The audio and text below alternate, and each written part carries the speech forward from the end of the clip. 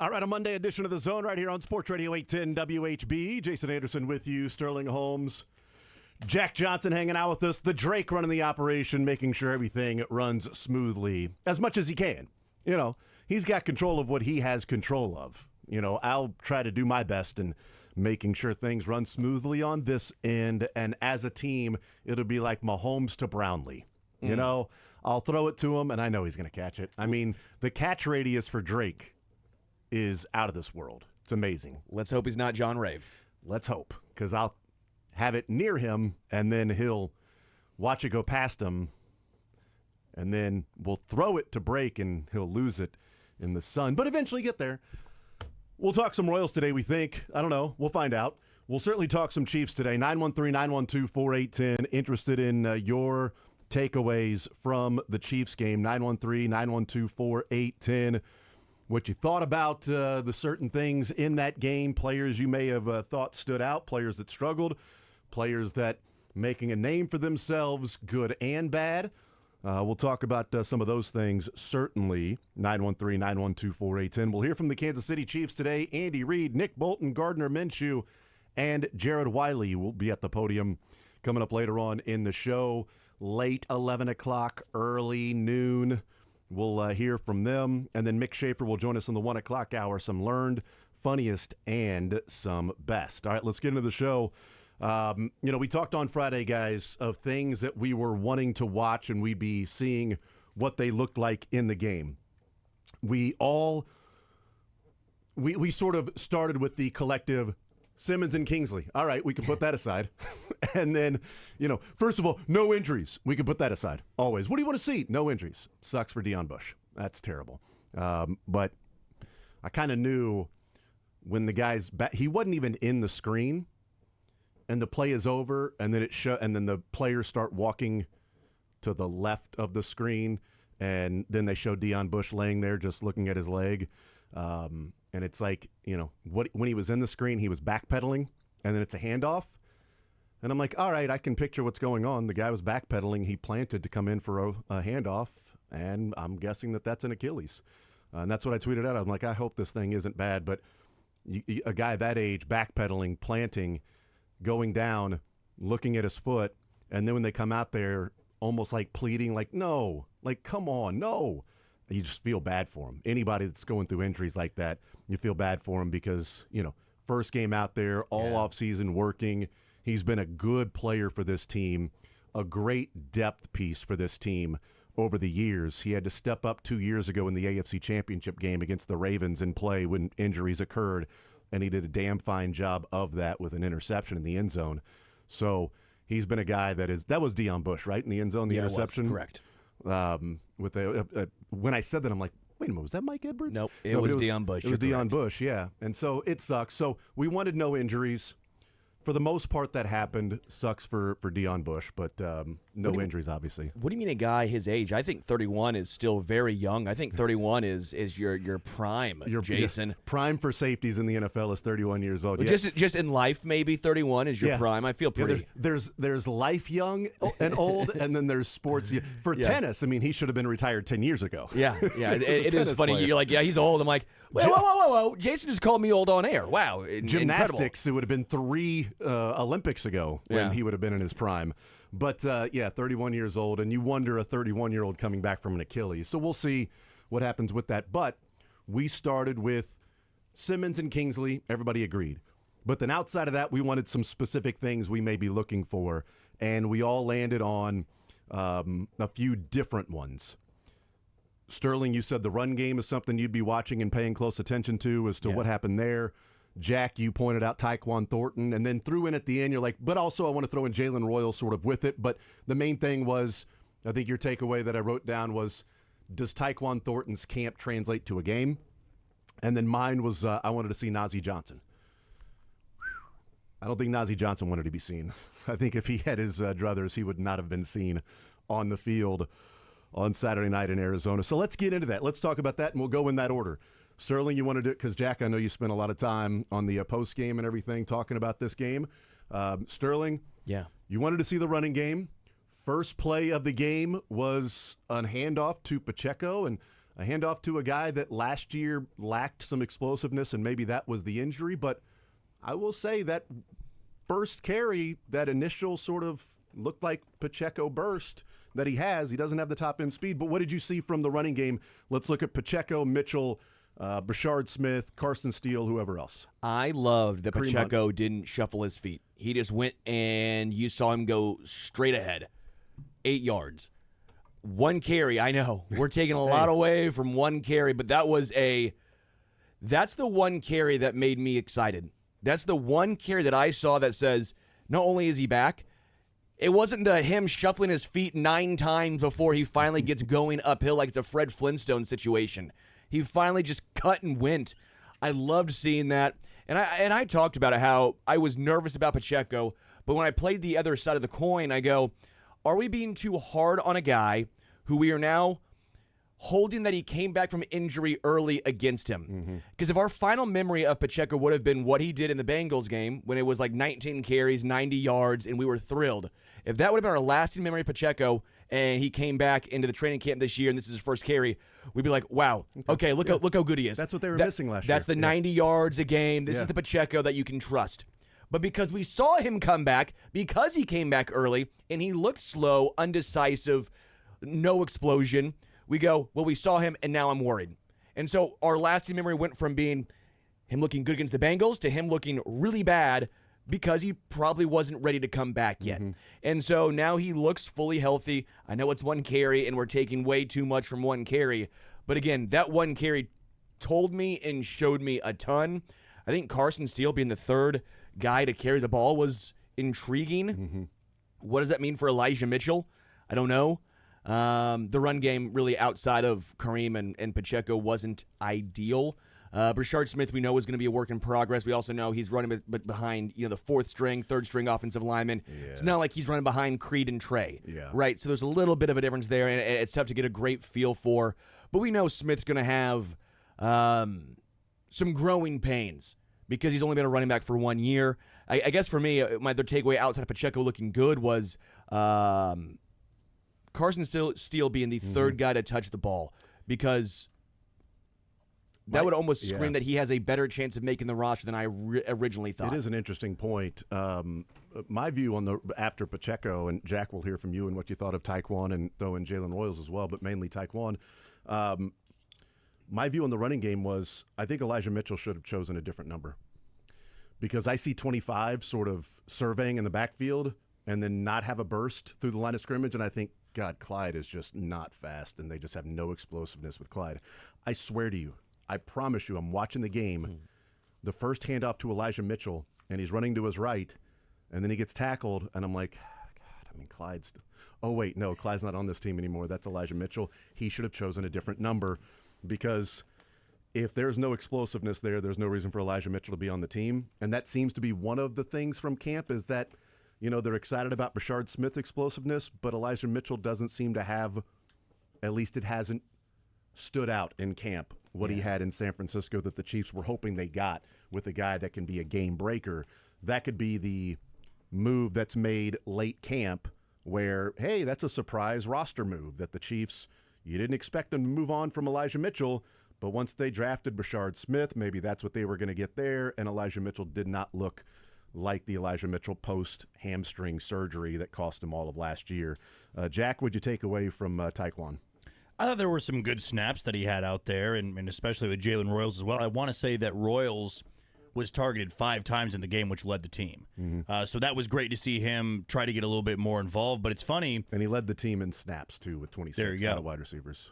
So that was great to see him out there. Also, the catch that Jason Brownlee had. That's another part to me why I get so confused in preseason football, because we can maybe read into when certain guys are getting snaps, right? Carson Steele coming in as the third back, but why was Jason Brownlee out there with the ones on that first drive? Is because it was a red zone play, a fade route, and he's been doing good in that area during camp?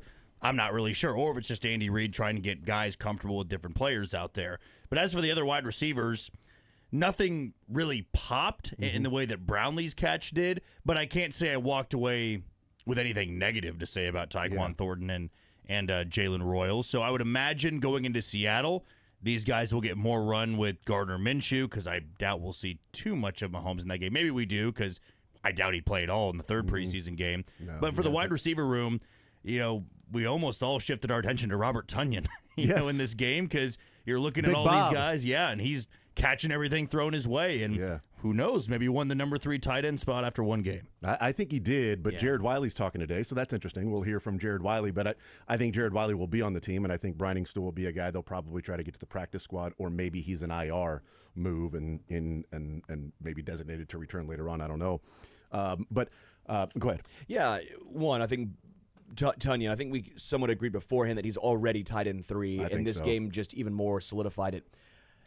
I wanted to touch just on the depth chart and how it broke down, because did you guys change your viewpoint at all of the back end of the roster? Because that made wide me receiver just in general.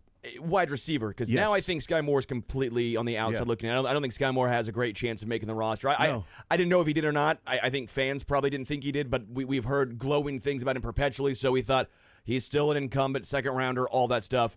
I feel like he's now so far out of the equation. I think Remigio is interesting because I almost think that if Tyquan Thornton and Brashard Smith are great on special teams and can be used on special teams, I wonder if Remigio is now a practice squad guy. I wonder if that's the case, because if he makes it there, because I think people will see his return ability. Sure. And there might be a team that's really bad at wide receiver and says, you know what, we can use him as our 6th or 7th wide receiver, but man, he can make a difference in the return game. Where the Chiefs I don't think they're going to be, because last year they didn't even keep Remigio in the initial 53 either. Correct. It was injuries that got there. I think the Chiefs are more looking at, can you play wide receiver first and foremost? Are you one of the top 6 or 7 wide receivers? And then we can have you in the return game. That's how I think they'll approach it. So for me, the back end of the wide receiver room changed based on one play. I know it shouldn't, but it did. And the reasoning that I have behind it is, how many years do we have to see Jody Fortson or Justin Ross before we learn that the Chiefs want that guy? Yeah. They want that guy. They have been longing for that guy. They tried to make it work with Fortson. It was Fort season every year, and then he would get injured. Oh my God, Justin Ross and Justin Ross and Justin Ross. Look how tall he's 6'4". Look at the catch radius. Look at the wingspan. Look at the contested catches from Justin Ross. The jump ball ability, the back shoulder throw ability for Justin Ross and Jody Fortson. This is a guy that the Chiefs have wanted on their team for a while. And the fact that Brownlee gets put in there on the 3rd play of the game tells me that specific skill set, as they try to round out their wide receiver room, that specific skill set is something they have been searching for to be on this team. They put him in, and he does his job. One of the things coming out of Southern Miss, and he was an undrafted free agent with the Jets last year on their practice squad. I think 23. So a couple of years. Yeah, because he's 26. Yeah, so he's played with a couple practice squads, but he signed with the Chiefs practice squad in the playoffs last year, and then signed a reserves, future contract. But I went back and looked at his draft profile when he made that catch. I'm like, all right, so what do we know about Brownlee? And all it talked about on the positives was catch radius, contested catch ability. The problem is he has so many contested catches because he can't get free. The route running is erratic and needs refined. Really good blocker, and a guy that finds a way to come down with jump balls and contested catches. Well, what did we see on that play? Mahomes threw it to him. I'm not sure there's another receiver on the team, maybe Rashee Rice, because of the size. Because Jason Brownlee is 6'2", with 34-inch arms and a 40-inch vertical. No wonder he makes contested catches and his catch radius. And he went and caught it, secured it. By the way, dynamite grill. I mean, in there, like Xavier Worthy puts the grill on when he does the interviews, but in the game, typically he's not wearing that. Brownlee, I mean, shining. I mean, him smiling at Mahomes when he came over there, just sparkling. Nelly. Good for, 100%. That alone, if you're going to do that, I mean, you got to back it up. And he did. It changed it for me because Remigio offers you really nothing as a wide receiver that you don't already have. Sky Moore offers you nothing as a wide receiver. This ends the sentence. And Brownlee gives you a skill set that they have been longing for years, right? Fortson and Justin Ross tells you they want that guy on their roster that does that. And in his one spot, he did what he was asked to do. Do your job. Be in a position, know your role, do your job. You're in here to catch this jump ball, this back shoulder throw from Mahomes. And he put it in a spot that I think only Brownlee on this team probably makes that catch because of his size, arm length, and vertical. Would Robert Tonyan, a different skill set, but fall into the red zone? I think maybe not exclusive, but red zone guy. I know it's tight end versus wide receiver. If you want to go heavy with like 3 tight ends, and then you've got with Noah Gray, you've essentially got 3, receiving tight ends out there. But you can also, you're getting them in a heavy package that you've got to have different guys guarding all 3 of them. If I can't remember correctly here, maybe I'm a few touchdowns off, but wasn't there a year in Green Bay where he had like 10 touchdowns 11. and he 11, just as he was the guy. We're inside of 5 yards, we're putting him outside one-on-one, or he's getting open somehow, and that's how he became prominent. And then after that, he didn't do too much. Yeah. So it can work if you bring in a guy just for that specific situation. Because I have wondered with the Justin Rosses, with the Jody Fortson, with the Jason Brownlee, when they're on the field, everybody knows the ball might be coming his way. But Robert Tonyan would be the only guy where when he was on the field, and I know he was out there more than just when they were inside the 10-yard line, but he did have at least one season where he was incredibly effective, so I guess it can work. Yeah. But I do remember that game, that preseason game against the Browns 2 years ago with Justin Ross, where he had 2 touchdowns or something in the red zone just like that. And he made the team that year. And he did. So I wonder if you do that one more time, Jason Brownlee, you kind of become that Justin Ross type player. I think Brownlee is bad news for Remigio and Sky Moore. Agreed. They put him in there for a reason. This is what we want to see from you. This is what you offer. Mahomes, you got one-on-one out there. It doesn't matter who it is. Is that Rice? Is it Royals? Whoever it is, this is the play. He's in the game. This is his job. I'm throwing it to give him a chance, and he makes the catch. Touchdown. There we go. You did your job. Is there room for Tyquan and Brownlee? If they keep 7. Or if Rice is on the... Right, then you can go 6 deep with Brownlee, and then, when Rice comes back, do you want to keep 7 or, make him move somewhere else? Sure. Or, Brownlee at that point, if you've got to let him go. Or, you know what? I mean, things happen over the course of 4 to 6 to 8 weeks, however long Rashee Rice is going to be out. I mean, we talked about last year we didn't expect that, a guy that DeAndre Hopkins was going to have to be traded for in the middle of the season because Rice and Juju were out. Obviously, Hollywood was already out, but you lost Rice. Then Juju messes up his hamstring. Hollywood's already out, and that's where you say we got to trade for DeAndre Hopkins at this point. If Juju doesn't mess up his hamstring, I don't think Hopkins is traded for on this team. They felt like they had to have that guy. Juju's out. Now who do you have? It's bringing Hopkins. And in those 2 weeks where they needed him, he played really well in that. Now they needed him in other ones. They needed him to catch the ball before half against the Eagles when it was maybe a touchdown, down 24-0. Could have been down 24-7 getting the ball to start the second half. He drops it wide open, whatever. Those things happen. It was a bad night. Picked your worst night to have a worse night. So let's finish this conversation here with rank these 3. Okay. And the order you think of them making the roster. Okay. Thornton, Remigio, and Brownlee. Thornton, Brownlee, Remigio. I'm going to still go Thornton, Remigio, Brownlee. You? I think I'm going Thornton, Brownlee, Remigio. Yeah. I just think I think how many years do we have to watch the Chiefs go Fortson and Justin Ross before we know that they want that guy? I would not have said Brownlee at all. No way. I would have put him behind Sky Moore before Saturday's game. Yeah, I mean, I would have thought, okay, if somebody comes out of nowhere to make the team, it was like Badger, right? It's going to be Elijah Badger that's going to come out of nowhere and make the team because he was viewed as one of the top undrafted free agents, one of the top, rookie guys that went under the radar and should have been drafted by somebody. And going back and looking at Brownlee, he was given a 5th-round grade. So maybe he's a guy that 2 years ago, if I'd have gone back and looked at the undrafted free agent rankings, but still, he's been in the league. Yeah. So it's not like, well, this guy, came out of nowhere. Victor Cruz, like, how did this guy make it all the way there to the Giants and be this stud player? We'll take a timeout. We'll come back. Well, one more on Tyquan Thornton.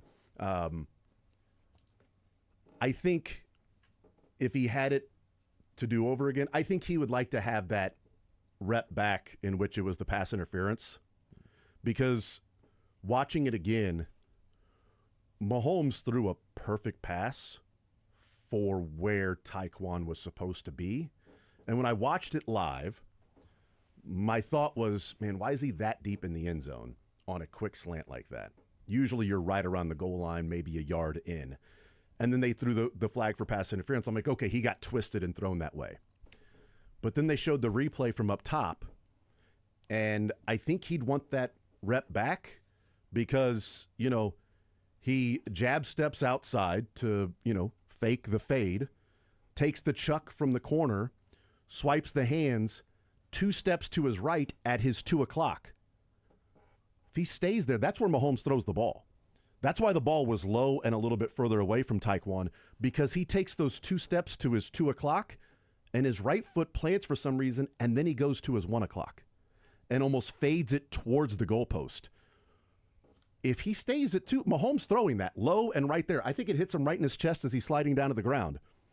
But by him fading it up to his 1, it allowed the receiver almost to get closer to Mahomes to then dive and have his left hand on Thornton for the pass interference.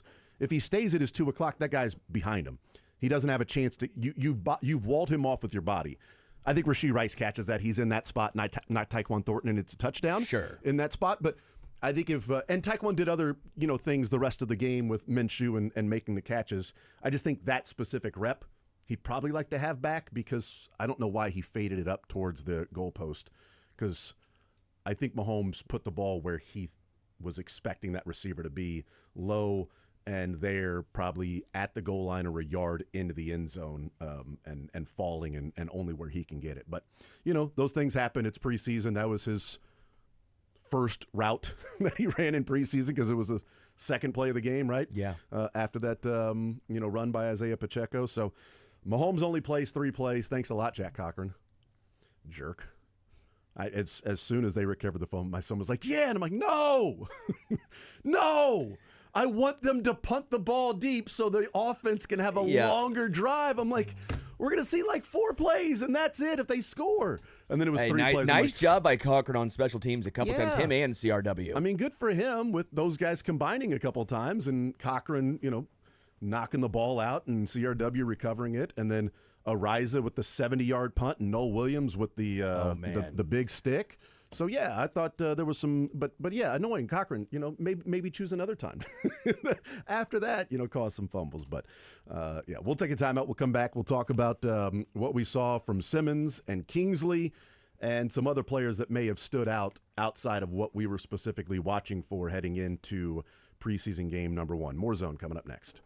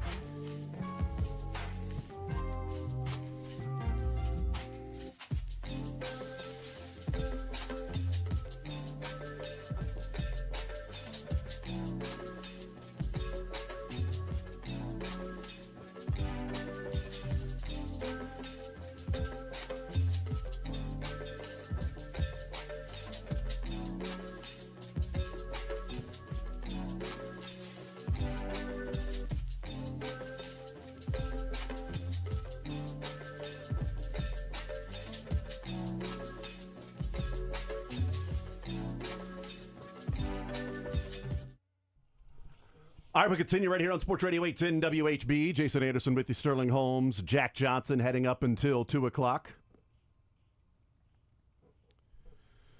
Text says Brownlee getting put in on the third play of the game tells me that Rice and Brown were out. Oh, 100%. Yeah, I mean, it's Rashee Rice is in the game.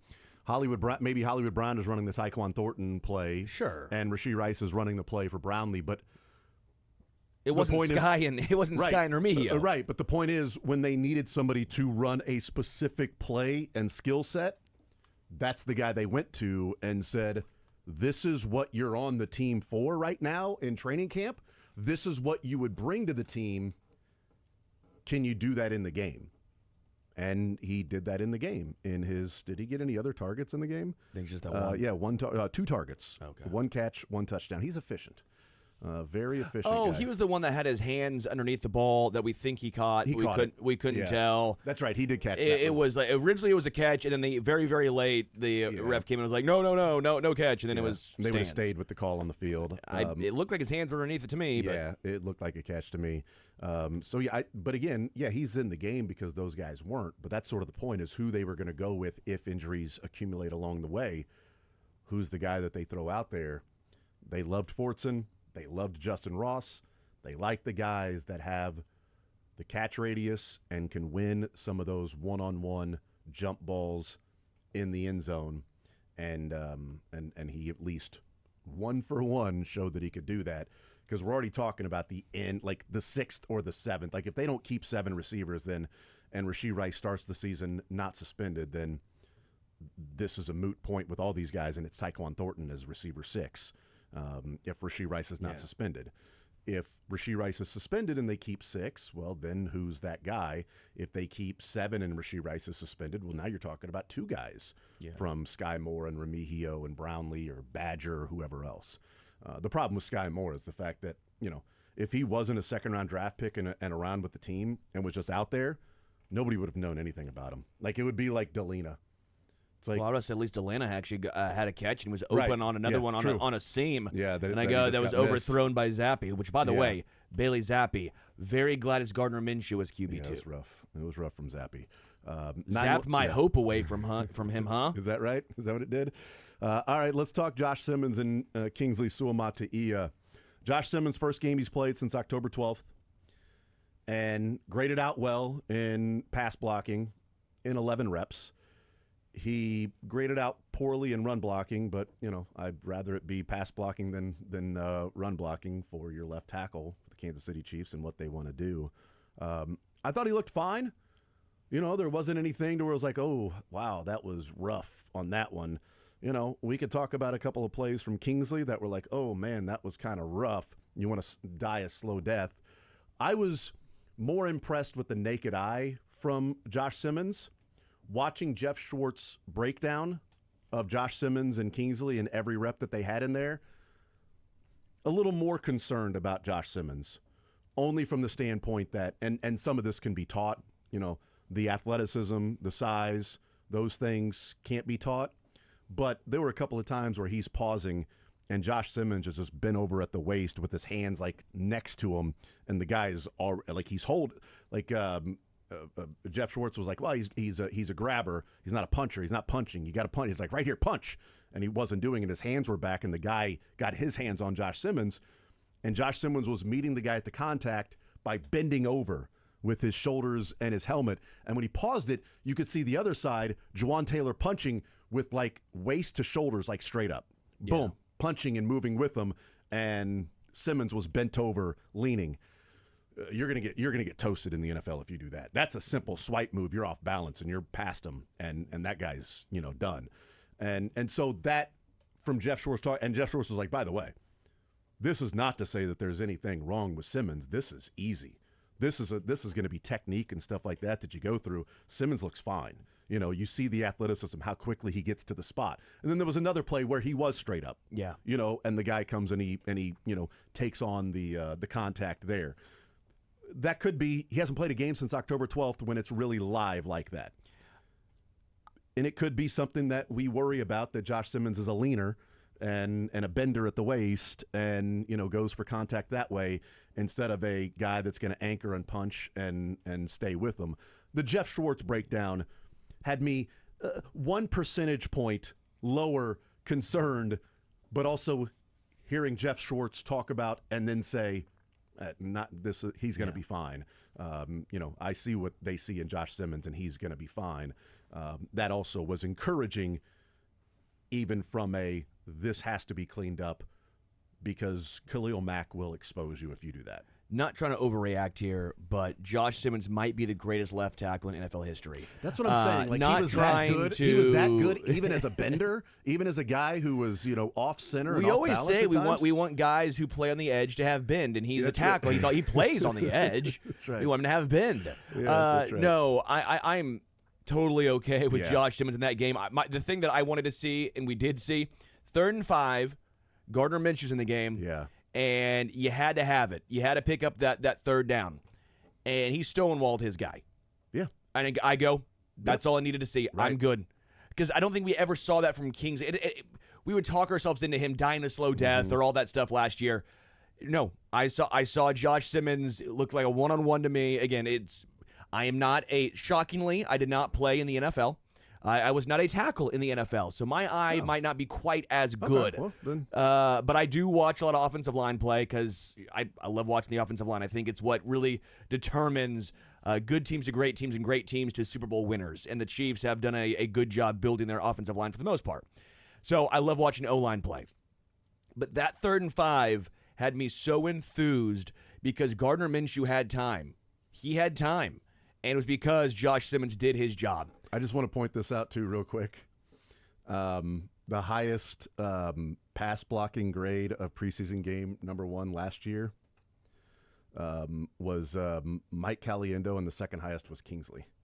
Pass blocking grade of preseason game number 1 against the Jags last year with, So Josh, this is with Josh Hines-Allen and Travon Walker that he was going up against in that game.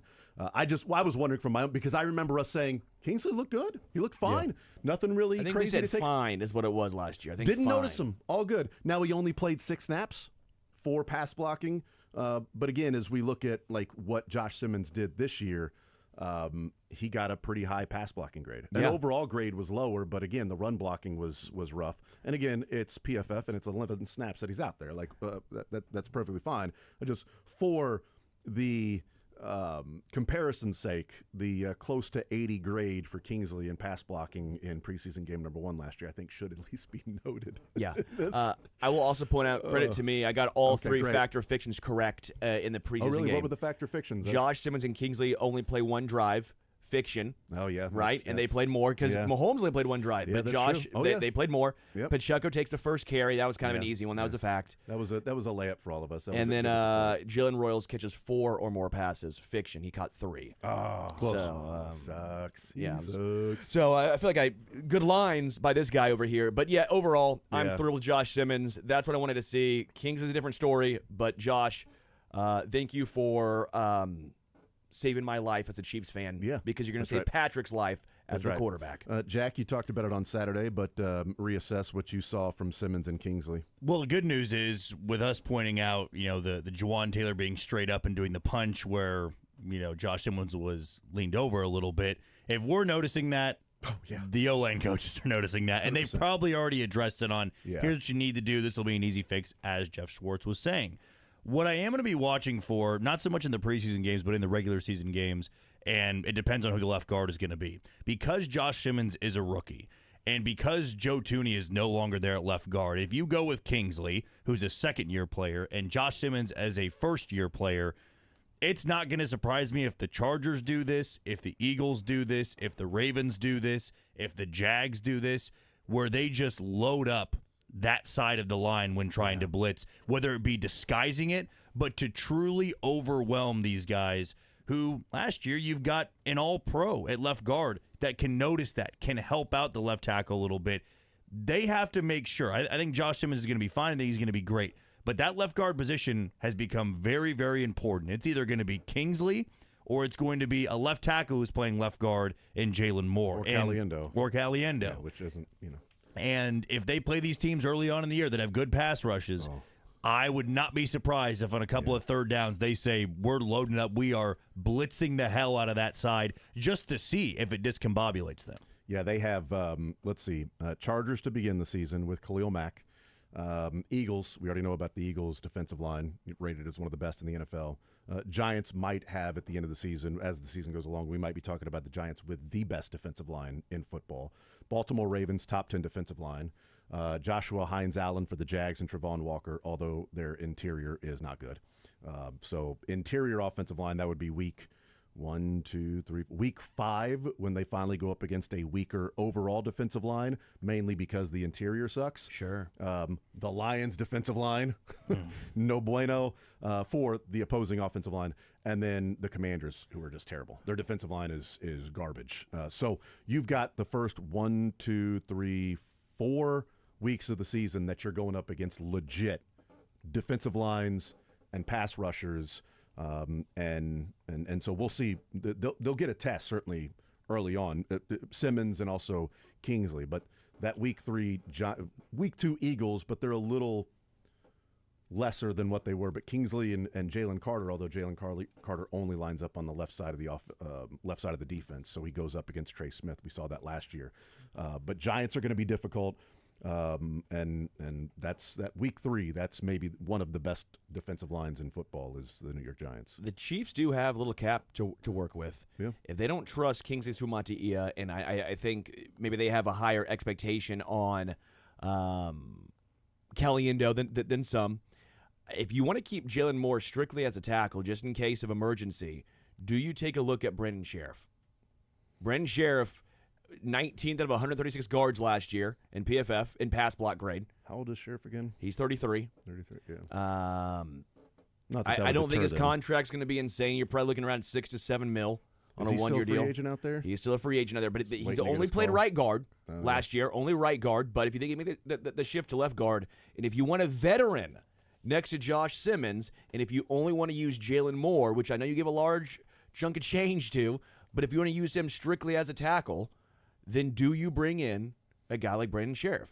I think we'll find out. We'll have to see a couple more, this next preseason game Friday night, they'll be out there a little bit longer with Mahomes, and Kingsley will have opportunities to try to improve on what we saw in game number 1, which one of the run plays was awesome. Yeah. Like Jeff Schwartz talking about, how good. He's like, oh, that's the good stuff. Kingsley getting his head around. He was running to his right. Creed with the initial punch on the defensive tackle and then go into the second level. Kingsley had to beat that guy to the right and get his head through. Got his head through. Got the guy turned. And Jeff Schwartz, I think he's like, oh, that's the good stuff right there. Kingsley. Oh, yeah, that's what the Chiefs like about him is that athleticism to quickly get to a spot like that. But you got to do some of the other things like not get bowled backwards by a guy 80 pounds lighter than you, not on an outside zone, a guy just swims past you and is a free rusher. Let's hear from Andy Reid weighing in on the assessment from Josh Simmons, what he saw in the game. I wasn't screaming at him, so I figured he did okay. He looked like he had a solid day, especially for his first day. He's been working his tail off. That kid never complains about anything. He just goes, and he and Kingsley are trying to develop something over there, and they haven't missed any snaps. So we'll see how it all works out and sorts out. But I thought for the first time out, I thought they did a nice job. I wasn't yelling at him, so I guess he did a nice job. There only seemed to be one play that Andy Reid was like, that we could see that he was annoyed by, and it was the Jalen Royals quick throw to the outside that was like a 4 or 5 yard loss, whatever that was. I don't know who he was mad at, because coming off the field, then he went up to Gardner, and he's talking to Gardner pretty, it was a little demonstrative conversation. Yeah. It wasn't just hey, there was some sort of annoyance to Andy Reid. My first thought is when he slapped the clipboard or the Waffle House menu. That's when you know that he's upset, and he slaps it. I thought it was at Sky Moore for completely whiffing the block, and the guy that hit Jalen Royals was the guy Sky Moore was supposed to go and block. Sure. But he wasn't looking at Sky Moore when he did that. And then they come off the field, and he starts talking about Gardner. It was third down, though, wasn't it? That was second down. I think the next one, it made it like third and 16. Second. The next one was when Gardner had to scramble and tried to run for it on third down. Because I remember that I was wondering if he was so mad because he was just sitting there going, what are you doing in that situation, not even giving your guys a chance? I wonder if it was look, man, you got to see what the defense was in. You got to get out of that. Yeah. Whatever. I don't know what that was. Maybe he was just slapping the clipboard, pissed off at Sky Moore. He just wasn't looking at him. Sure. And not trying to show him up that specific. Garner, you can't throw to Sky Moore's side. You know better than But that. I don't think Andy Reid would be afraid of, being mad at a player and looking right at that player. So Yeah. I don't know. It wasn't a good rep for Sky Moore. I know that. Because if you can't block, what is it you say you do here? Well, Bob. I'm a people person.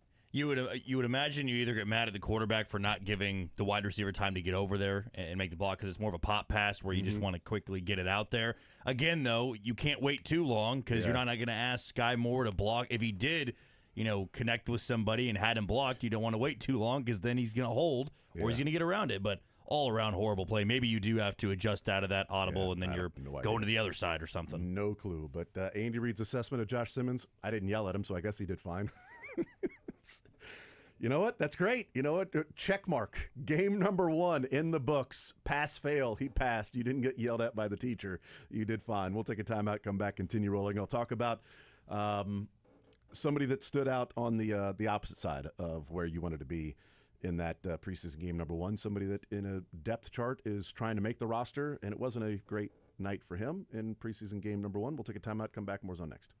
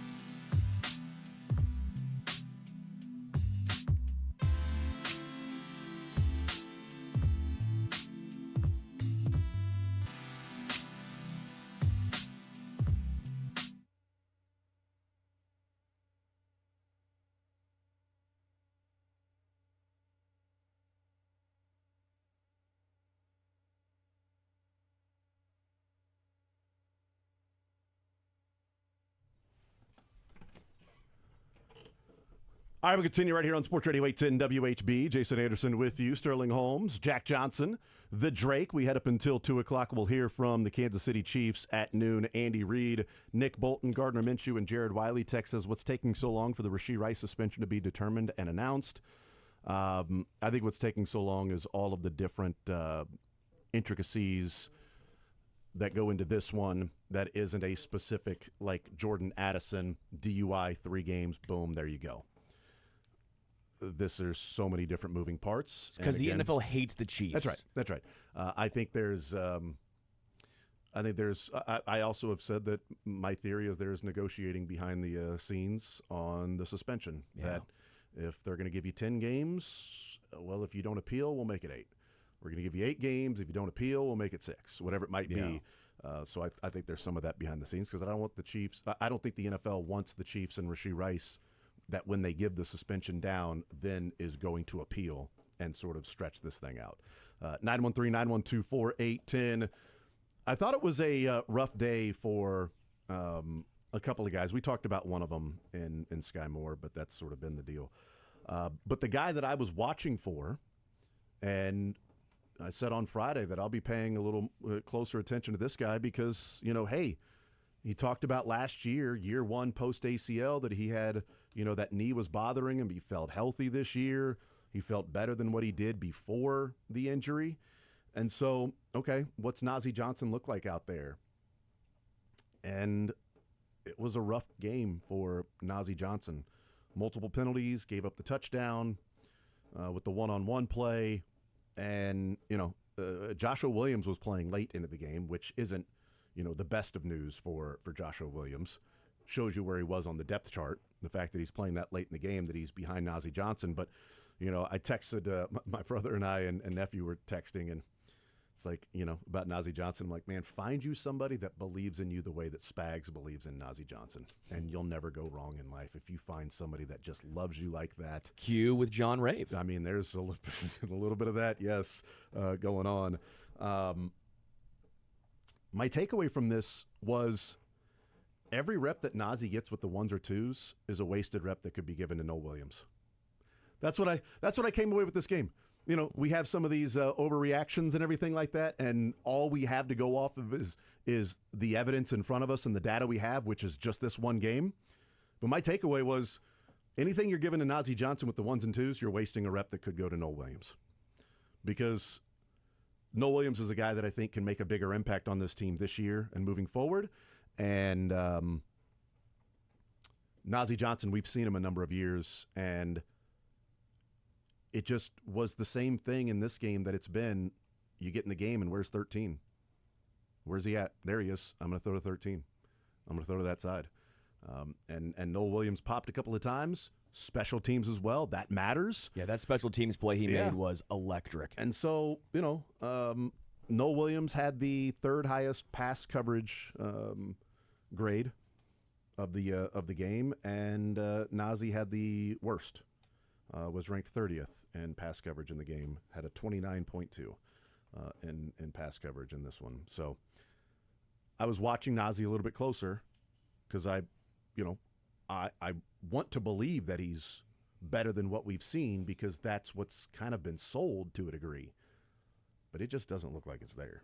Yeah. Like, if Noel Williams is a guy that you traded up to get, then let him take his lumps in training camp and practices and some preseason games, getting ready for the regular season where you may need him. Now, I guess the pushback I give, and I agree with you, by the way, but if I'm playing the other side, it's, well, Fulton's going to be there, at least you assume so, if he's healthy, so... Hopefully he plays on Friday night. That spot you won't see a ton of, right? That means you're not going to see a lot of that cornerback really getting in. CRW, I think, is ahead of anyone else, whether that's Williams or... He's playing more safety, though, than anything. Yeah, I was going to say slot, but still, to an extent... Sort of like he and Shamari Connor are sort of sharing interchangeable in that role. I don't think you're going to see much Nazeeh. I think that spot of whether it's Nazeeh or Williams, I think you're Noel Williams, you're not Josh, but Noel. Yes. You're going to see just a more special teams impact than anything else, where I think Noel's going to get the nod there.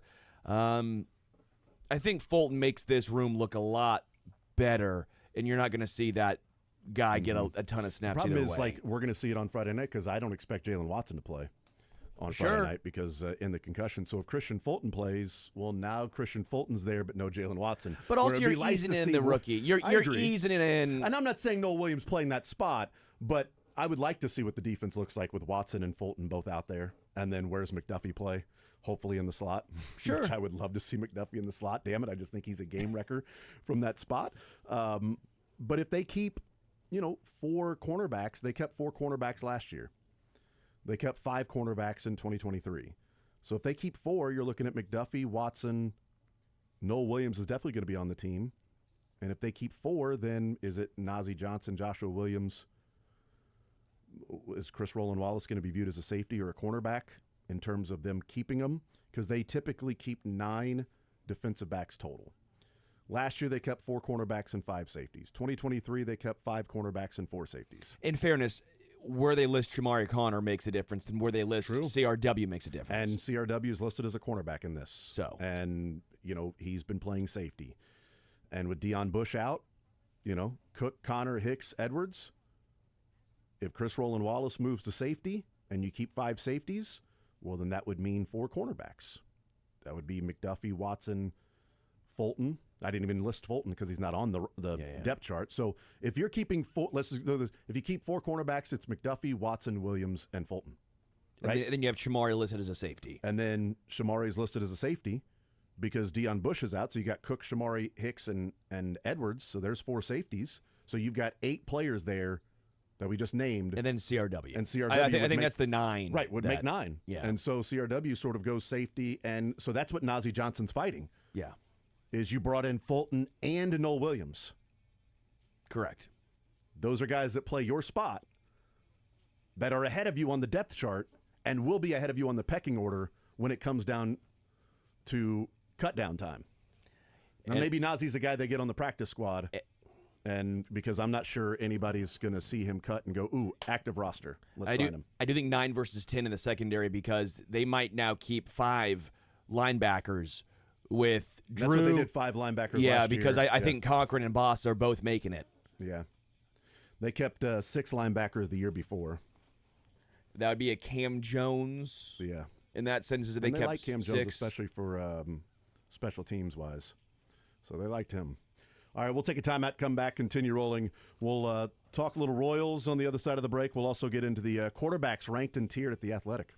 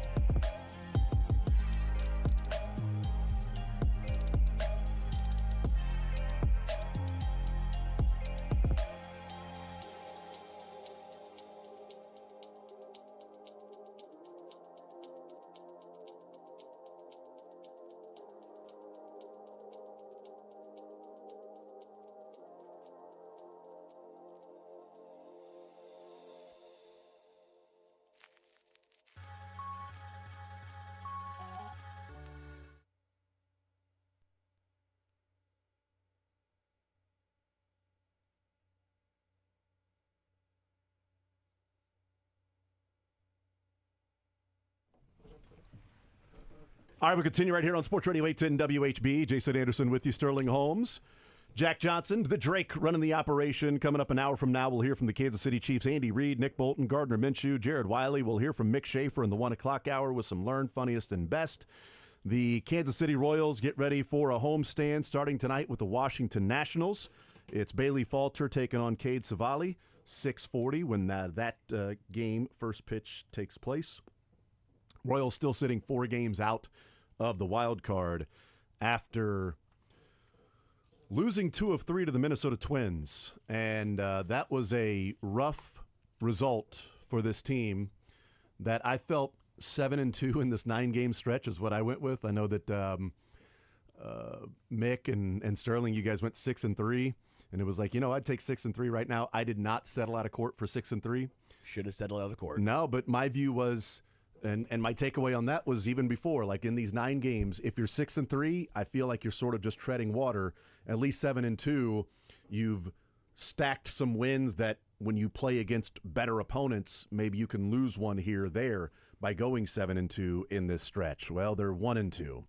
So they're going to have to sweep the Nationals and the White Sox and have a perfect homestand for them to meet what I thought was a record that they should probably have in this stretch to show that they are still in it. That's what I called the 9 games was. The 9 games would decide if they were still in the race. Not that, okay, you go 9-0, now you're going to make the playoffs, because you can go 9-0 and still miss. But these 9 games will let us know if this is going to be a team in late August and September that is going to be fighting for the wild card with a realistic chance, not a 5% chance of making the playoffs. And we've seen stranger things happen, and game by game these things can fluctuate back and forth. But it was a rough game for the Royals not to find a way to beat a AAA team, which is essentially what they're playing. They're playing a bunch of guys that were down in AAA, a couple of weeks ago, and those guys are making plays and coming through in clutch moments, and the Royals continue to do what they've done all year, which was get guys on base and not find a way to score them, which then puts an extra emphasis and pressure and amount of importance on individual plays late in the game because you're in a 1-run game, because you're up by 1 instead of up by 4 or 5. If you can find a way to come through with a runner in scoring position and have any of your 20 guys that got on base score more than 3 of them. And, the Twins that didn't get nearly as many guys on base and went 1 for 6 with runners in scoring position. The Royals went 1 for 12 with runners in scoring position against some guys, again, that were pitching down in the minor leagues a couple of weeks ago. And it's a rough result for this team if they really want to be in this race. Those are games you can't lose the rest of the way. And I know the Twins took 2 of 3 from the Tigers, but that gave you an opportunity then to catch up. And they took 2 of 3 from the Tigers, and hey, we just went there and took 2 of 3 from them. So in that 6-game stretch, you just sort of gained a game on them by the 3 games against the Twins. But unfortunately, losing 2 of 3 sort of continues the trend of where we think this team is right now and what kind of chance they have of making a legitimate, serious run here. I'm just so disappointed. Yeah. I'm disappointed. 17 base runners, walks and hits, 17. Yeah. 17, 3 runs. I mean, it is embarrassing. I get Bobby Witt Jr. had back stiffness, and that's what we ended up finding out. They still got 17 base runners. He had 17 base runners. Adam Frazier goes 4 for 5. I mean, Michael goes 3 for 4. Vinny hits a huge 2-run home run late in that game, and you just collapse. It's just such a frustrating game and moment, and it almost encapsulates the entire. It's a microcosm of this year, where it's you get on base, but you don't score enough runs. The pitching staff does mostly enough, but when you really have to have it, something goes against you, and it's not a bad call. It's John Raven right field. It's left field. Left field. It's Estevez in an extra inning game where we've talked about that time and time again, where it's a 9th inning save situation. He's been nails for the most part. It's been a little wonky, but he's found ways to get through it. It's just, man, it's a bummer. I'm almost. It's one of those situations where I'm not mad. I'm disappointed, and I'm disappointed in the Royals after this game. Yeah, yesterday they should have won 12-1, considering who the Twins had in the bullpen. I mean, Pearson Ole came in. He had a 9+ ERA and threw 2 1/3 scoreless innings. Just can't happen at this point in the season. I know it's baseball. I know things can be a little bit random, and sometimes you're going to have off days. Yesterday, you can't really count as an off day. They had 17 base runners in it. That's more so just poor situational hitting. It blew me away that after they did not score in the 10th inning, right? I get you're trying to play for more than just one run on the road. That always needs to be the philosophy, because if you bunt a guy over and it's okay, you take a 4-3 lead, you still have to prevent them from doing the same thing in the 10th inning. But I also look at that series in Toronto where they busted it open for 5 runs. You had to score a lot of runs against Toronto because you were going to have to go through Vladdy Jr. and Bo Bichette and all these guys that were hitting well over 285 this season. After you didn't score in the 10th, Jonathan India had the worst at bat of the day, in my opinion. First pitch grounding out to short with the runner at second.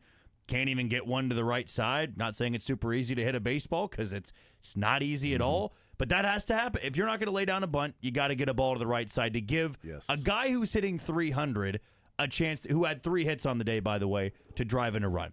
If you go out there and you blow it 4-3, Estevez gives up 2 runs and you lose, I'm still okay with it. But the fact you went scoreless with the Manfred runner in the 10th and 11th inning, it might make, I'm trying not to be a prisoner of the moment, it might make yesterday the most infuriating loss they've had this season because of who the Twins ran out there as well. I mean, Luke Keyshaw is hitting .540, I think, in his first 12 games. And it wasn't an awful pitch. It wasn't like the Stowers home run where it was middle.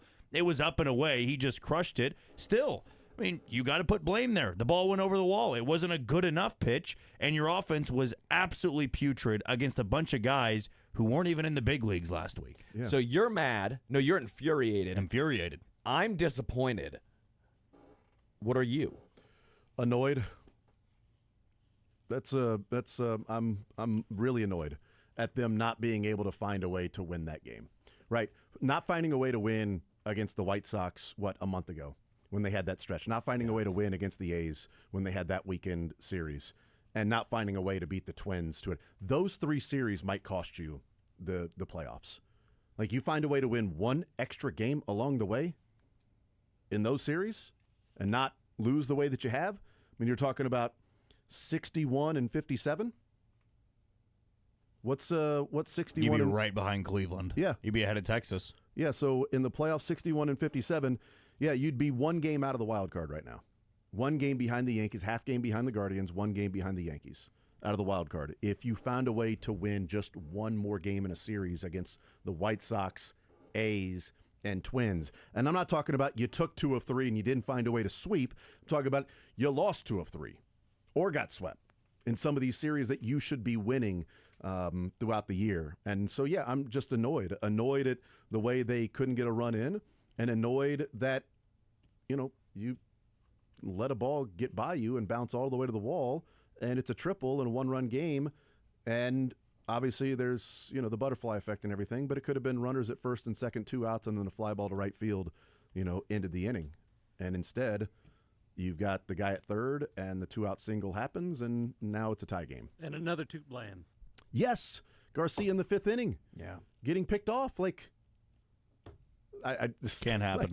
Nobody out, in the 5th inning. Vinny up. Nobody out. Vinny up. What are you doing? Where are you going on that one? Against a guy with an 8+ ERA. Yes. You don't need to steal an extra base Sam there. Long. It's Sam Long. They have worse numbers than Sam Long. Imagine if Sam Long came in and didn't give up 2 and 2 2/3, didn't give up a single run. We would be ecstatic. It would be absurd. It'd be great work. If Chris Stratton came in and pitched a scoreless inning like Funderburk did. No way Funderburk is a real name. You got shut up by a guy named Funderburk. You just made that up. I don't believe you. They tell you so many times, too, to circle back to John Rave here, because I believe John Rave has been a good fielder, and man, were we moments from disaster if he didn't find that ball again in extras and it dropped and went and walk-off ground rule double. We'd still be, it might have let off today's show, to be honest with you. But they tell you all the time in baseball, depending, if it's a 2-run game, go for it. It's a 1-run game, with one of your top relievers on the mound, can't happen. Yeah. He was never close to that ball. Even if he didn't even get a glove on it. It didn't even hit his body at all. He was never going to catch that ball. And at that point, like so there's a couple things. One, he wasn't going to catch the ball, but two, as you get closer to it and you see you're not going to catch the ball, don't dive with your body to the left and the glove in a one-timer. At that point, you're not going to get there. I'm diving and putting my whole body in front of that thing, making sure it doesn't get past me. If it skips and it bounces off my glove or bounces off my hand and I can get up and maybe keep him to a single, that's fine. But the sliding in, and I know that was the play, that was the way he was coming in, was to catch it with his glove out to his right. Right, he's left-handed. Yeah. Yeah, so his glove, I'm trying to picture when he was sliding out to his right, and that ball bounces, 3 or 4 feet ahead of him, and then goes over his glove. Like, at that point, you see you're not going to get there.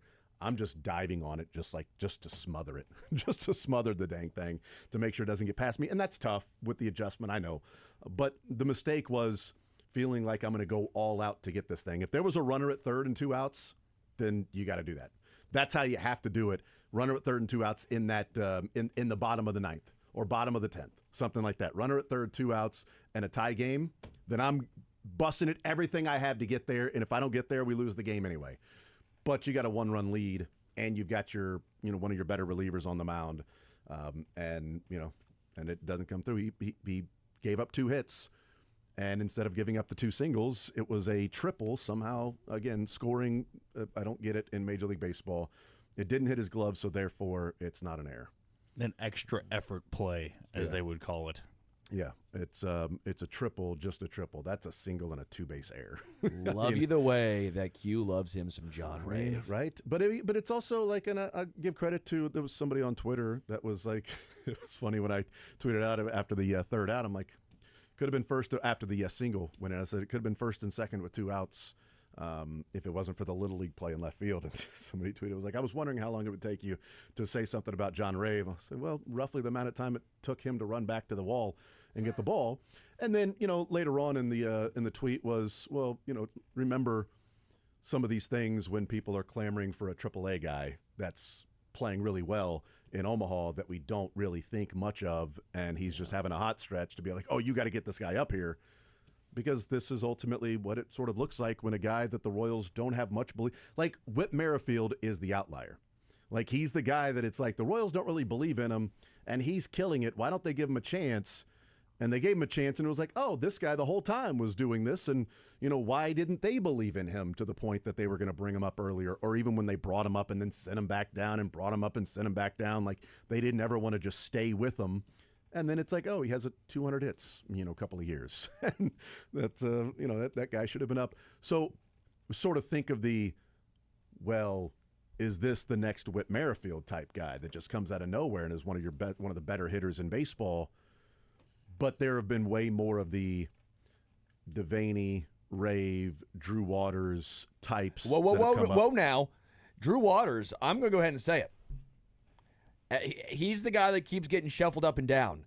If they would have kept Drew Waters up here the whole time, I would have taken Drew Waters over John Rave. I would have taken Drew Waters over Nick Lofton. You were clamoring for John Rave.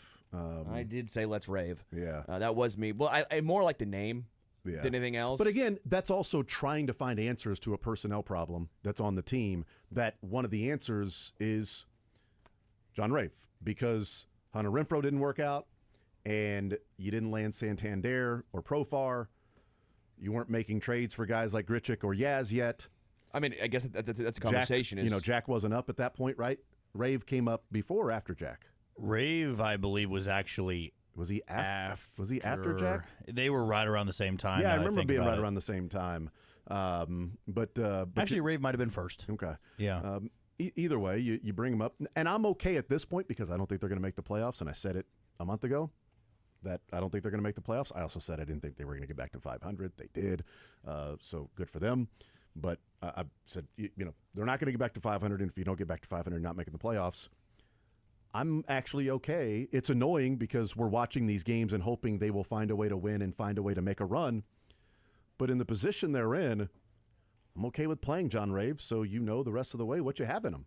So, if he's doing this and not coming through with the bat, he had the really good series against the Cubs and that amazing Friday night against the Marlins. in which they should have won that game, but they got walked off.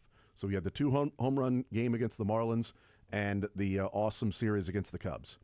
But since that Cubs series, it's been a number of games, and he's batting like 200. He's OPSing at like 500. So since the break, he's OPSing, I think, at 800. But that Marlins 2 home run game and the Cubs series is doing a lot of heavy lifting, and that was like 14 games ago. So a number of like 40 at bats ago. I would agree with you that, Rave over Grichuk if you're saying... Well, I'm not saying really that. No, but my point is, if you're saying the season's over, if you're saying you only want to see development, then okay, that does make a lot of sense. But what they have done and what the Royals are showing us is they are trying to compete. They're still trying to think they are in the playoff hunt, which is totally fine, which means Randall needs to play way more than John. Yeah. I think Rave did a couple of the numbers are skewed because he had a bunt single over the weekend. I want to say like in this last week he hit over 300. I think he had like 4 or 5 hits in the series against, oddly enough, in the series against the Twins. Which is sucks that he's the one that made the play in left field because he was getting on base. That never happened. If he plays it in front of him, we're talking about, man, that was actually a good week for John Rave. But and unfortunately, they won 2 of 3. They went 2 and 4 last week, and people don't pay attention to good numbers offensively when you went 2 and 4. It just nobody's really going to care about it. Even Ryan Bergert has had 2 great starts for the Royals since coming over. They've lost both games where there's been a bit of an implosion in both of those games.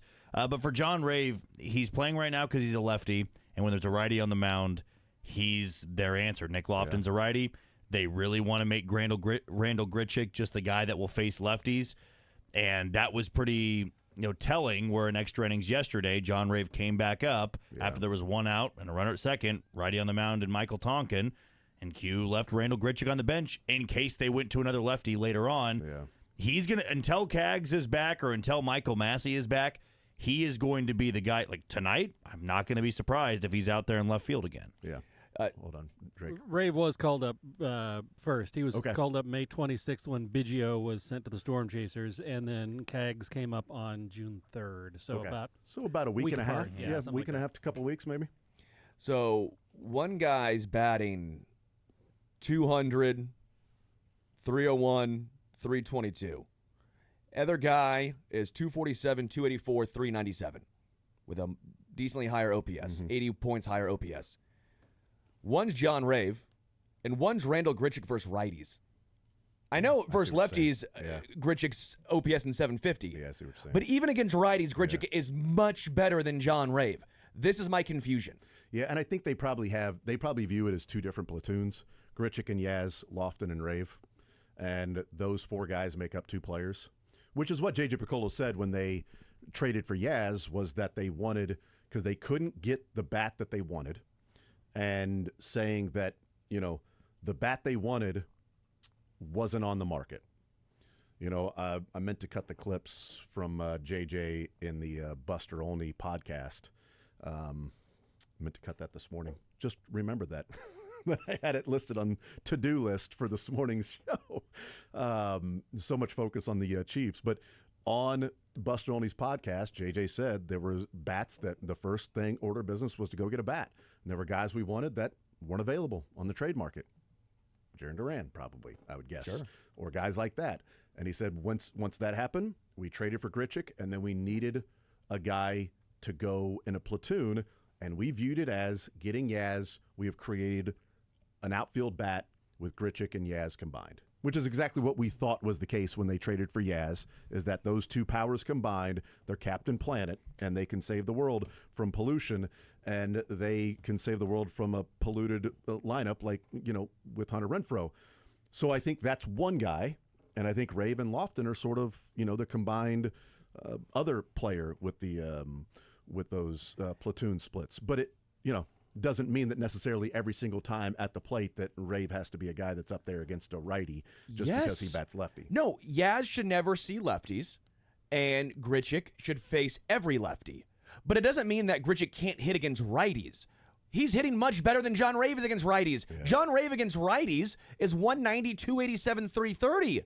What are we doing? Am I taking crazy pills? You are, actually. Well, I would think I they keep Grichuk on the bench against righties because if there comes that situation in the game where it's the 6th inning, let's say, I know it's a very specific example, but if Yaz comes up, they go to a lefty, they want to go to Grichuk instead of if you had Grichuk and Yaz in the game. Then go to Lofton. I'd rather have the 3 at-bats of Grichuk than the potential 1 at-bat for Grichuk. Am I wrong? It's also a thing, too, where I feel with, especially with Matt Quatraro, that it's the overexposure element. How many times last year we say, oh, Freddie Fermin's hitting, 285. He has to be playing every day. He's a better defensive catcher than Salvi. He should be out there. Then Vinny got hurt, moved Salvi to first, and then they got Yuli Gurriel. But then Freddie, I want to say, went like 0 for his next 25. The Arizona Diamondbacks, they do have a better lineup than the Royals. But they looked at Randall Grichuk and said, you're not an everyday player, at least not anymore. Right, yeah. And the Royals probably view him as somebody that you overexpose him, you're not going to get as good of numbers. I actually got sent something where John Rave, since July 17th, has a WRC plus 20 points above league average. It just doesn't show up because yesterday But how much is that? Again, what about since Smaller. that Chicago Cubs series? Yeah, absolutely. And that's sort of my point is that he's OPSing since the break at over 800. Yeah, it looks good on paper. But when you break it down a little bit further, and again, you don't want to go, well, if you just take away when he was good, then, he's been really bad. If you only look at the times that he's been really bad, and I'm not saying split out, we'll take this one game over here and that one game over there and that one game over there. It's like, since July 17th, which is, July 18th was the first game back from the All-Star game, and he had the 2 home runs, and then against the Chicago Cubs, he had the 3 hits, the home run, the 2 RBIs that were there, and since that great Cubs series that have been so far, that would be 12 games, and he's OPSing at 580. Yeah, and so you don't want to be like, well, yeah, I mean, of course you take away the really hot stretch there, right? It was an awesome stretch right after the All-Star break, but now that he's had that stretch, he's gone back to being what he was before that little stretch. So is that stretch hey, you play John Rave more, you're going to get more of that? Or you play John Rave, he got hot, had those 2 home runs against the Marlins, which was great. That should have resulted in a win that night. It did not. And then he's playing in the stadium that he grew up dreaming about playing in and has, one of those storybook games. And that was July 23rd when that took place. I mean, July 23rd, that's a while ago now. The Chiefs first got to training camp on that. They were going through their first practice. They wrap up training camp 2 days from now. That's how long it's been since we're talking about John Rave having, that really good run. And of course, unfortunately for him, like you talked about, if it wasn't for that play, I think we'd be discussing, hey, you know what? John Rave had a decent series against the Minnesota Twins, and then go back to the final game against the Red Sox. He was 2 for 4 there too.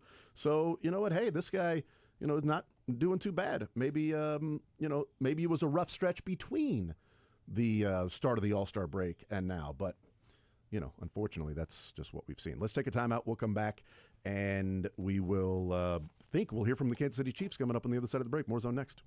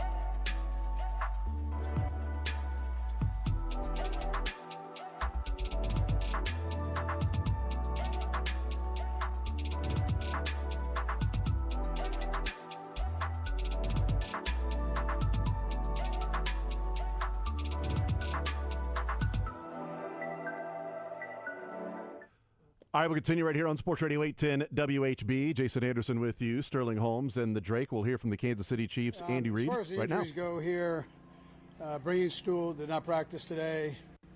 Hollywood didn't practice. Deion Bush had Achilles tendon rupture.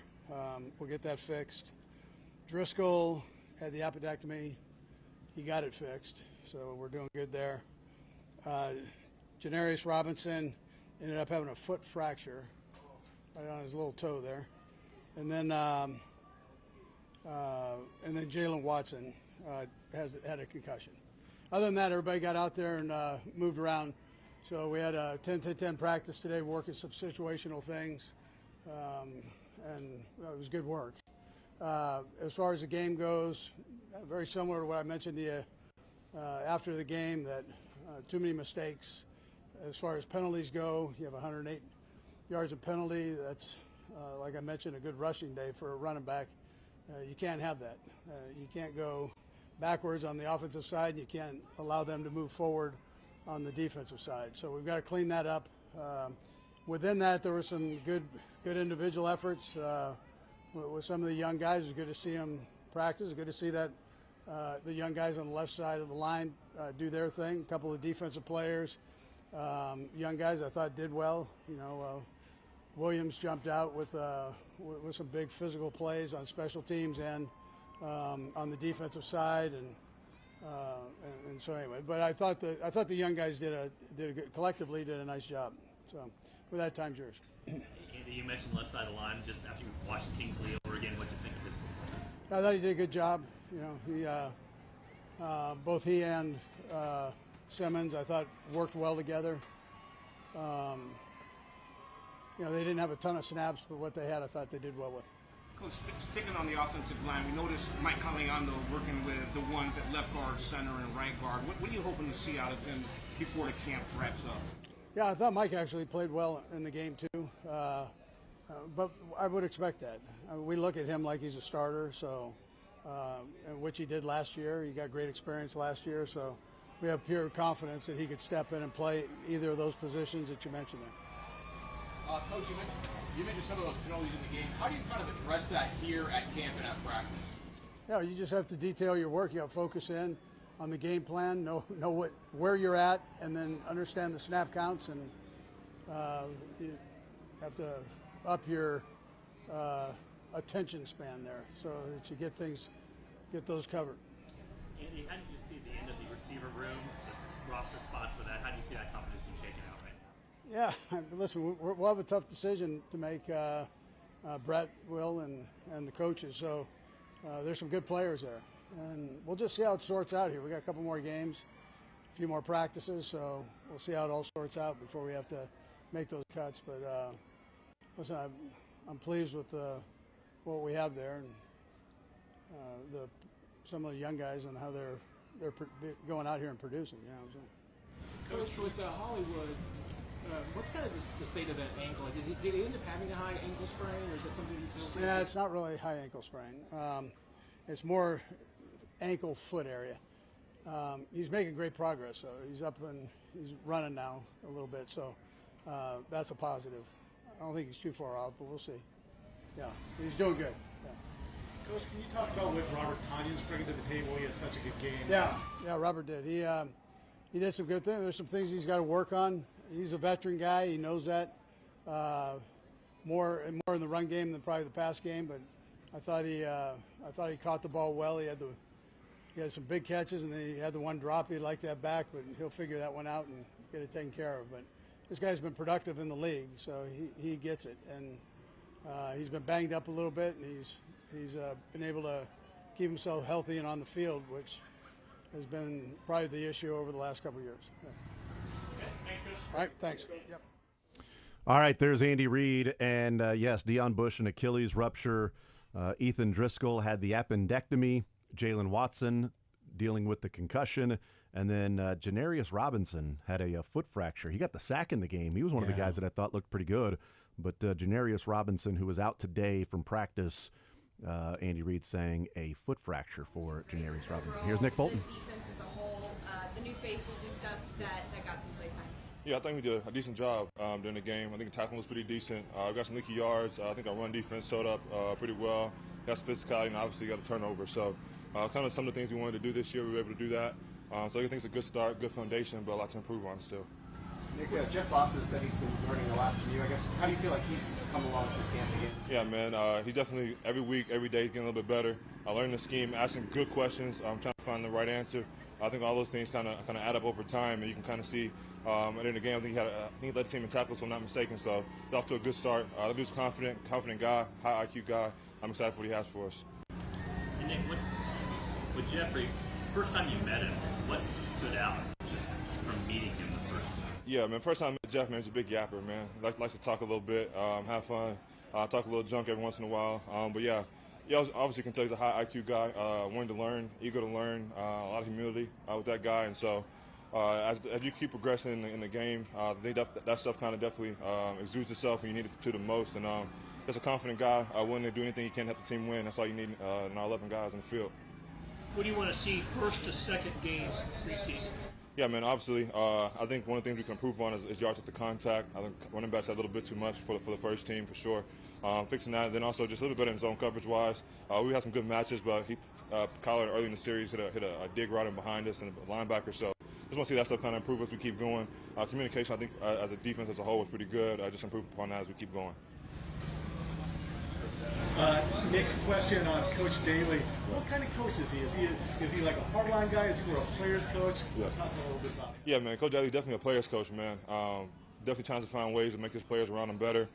Understands that everybody's not the same, so he gives you different schools and keys based off your size and how your style of play is, kind of. So me and Leo don't have the same exact skill set, neither does me and Drew. So he definitely tries to find things in individual to kind of cater around that. So it definitely makes our job a little bit easier. We just come out there, just execute what he has out there in drills, and we just go out there and play and have fun.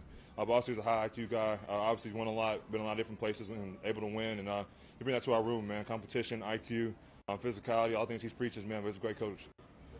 Taking on another team when you took on the Cardinals, you might learn something that you couldn't learn here at camp. Yeah. Did you guys maybe learn anything from that game about the 2025 Chiefs? Yeah, man. We got a lot of guys that play a lot of ball for us, so it's good to get those same guys out there.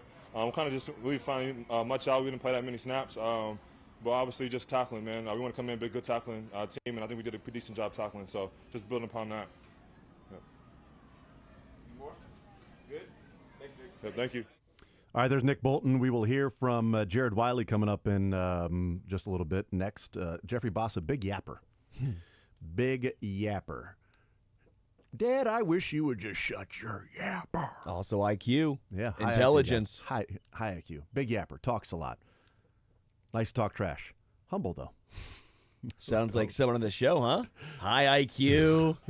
Yes, Drake. Here's Jared Wiley. Just happy to be back, honestly. It's tough to go through. Definitely a humbling experience, but, to be able to be back out here and, be able to play the game that I love, it's been great. You said humbling. What was humbling about that today? I mean, just knowing that, any snap could be your last for, that season or, however long you'll be out. You get to where you're feeling pretty good. Last year, you almost feel like you kind of made it a little bit, and something like that happens. It kind of dials you back a little bit. So, yeah. How would you describe the tight end room here? Oh, it's great. I mean, a great group of guys. We joke around all day. We compete all the time. Just having those older guys mixed in with the younger guys like we have, it's been awesome. How about the talent level? Oh, I mean, y'all see it. Y'all saw it a couple days ago. I mean, the possibilities with the guys in that room, it seems endless. What was the most challenging part of your recovery process? Honestly, I mean, just figuring out really kind of who I was outside of football, to be honest with you. Like I said earlier, just having something like that stripped away from you, and then kind of having to find a way to, still stay involved as much as you can. But, I mean, I would say it would be that, you really feel like you're missing out, getting to watch these guys play on Sundays and, you're just at the house, just kind of feet kicked back. It sucked. How did you watch the Super Bowl? I was at the Super Bowl. Yeah, I mean, how was watching it? Oh, it was awful. Yeah. I mean, just it was like that for every game. Like I love seeing our success last year, but the competitor in me and just the type of teammate and player that I want to be for these guys is I want to be out there in the action and be helping as much as I can. Sometimes this injury takes a while for guys to get back. How much are you trusting it? How much do you feel it out there? I guess just can you give an update on how you're feeling with it? Yeah, I mean, I feel good. It took me a drive or two to kind of get into the rhythm of the game the other day. But I was kind of expecting that.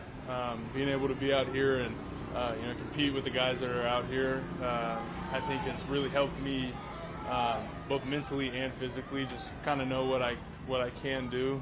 And then the training room up here and the staff up here has been great. Just making sure that I'm taken care of.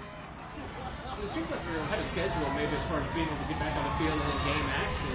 At what point did you realize that that you could be ready by your first preseason game? And was that a goal for you from recovery all along? Yeah, that was a goal from the jump. I remember shortly after I had surgery, I was talking to a couple of the trainers up there, and I'm down on myself, just not feeling very good, and so we decided to set pretty lofty goal for me, and that's to get back by training camp. And so far it's been great. It's been a great experience. So couldn't be happier with it. Which one of the athletic trainers did you work mostly with? I mean, to be honest, with the off season, with being in season, with guys kind of rotating through. I mean, it's been literally the entire training staff. There hasn't really been one that's been like there for me the whole time. Rick's been great, Alex been great, Glove, like everybody's there has been helping me out a lot. Considering you weren't playing and you were obviously watching and observing, did you gain a new respect for guys like Patrick, guys like Travis, seeing just how consistent they are throughout the course of the year? Oh yeah, 1,000%. You think until you go through, a real NFL season. It's a lot longer than what you could ever imagine. So just seeing guys like that doing it week in and week out, it's really special to see. Last one. Were you able to meet with the guys in Texas when Pat got everybody together? How were you in the rehab process at that point? Yeah, I was there. I was doing a lot of spot catching. That was still pretty early on, but I wanted to make it a point to kind of show my face this off season and make sure that they knew that hey, like I'm fully expecting to be here during camp and be present and just kind of show them how committed I am to being here. Awesome. Thanks, guys. All right, there's Jared Wiley, still recovering from that ACL and played in the game and going through that process. We'll hear from Gardner Minshew, who is the backup quarterback, I think pretty safe as the backup quarterback after preseason game number 1, but also knowing, as he was signed to be that. So we'll hear from Gardner Minshew coming up here in just a little bit, probably pretty quickly here. But Jared Wiley, a guy that I think is on the team, probably is tight end 4 now. Here's Gardner. How have you kind of adjusted to the Chiefs' offense? You've been in a lot of systems throughout your career. What stands out about the Chiefs' offense? I love the way they teach it here, man. I think between Coach Nagy, Coach Girardi in our room, Coach Reed, obviously, they communicate very well on potential looks you can get, how the play might adjust on the fly, and really give the guys opportunity to go play ball and be successful. So that's been a lot of fun. How tempted were you to throw the ball in the sand after the scoreo there? Oh, no, I can't do that. That's against the rules. Yeah. What's it been like to be in the quarterback room just with all the coaches and with Patrick and all that? It's been great, man. So much knowledge, so much. They've been running these plays for so long. They've developed such an understanding of what works against the certain looks, when they need to get out of things. So that's, I think, kind of helped my learning. Just the fact that they've done it so many times and they have so much knowledge there.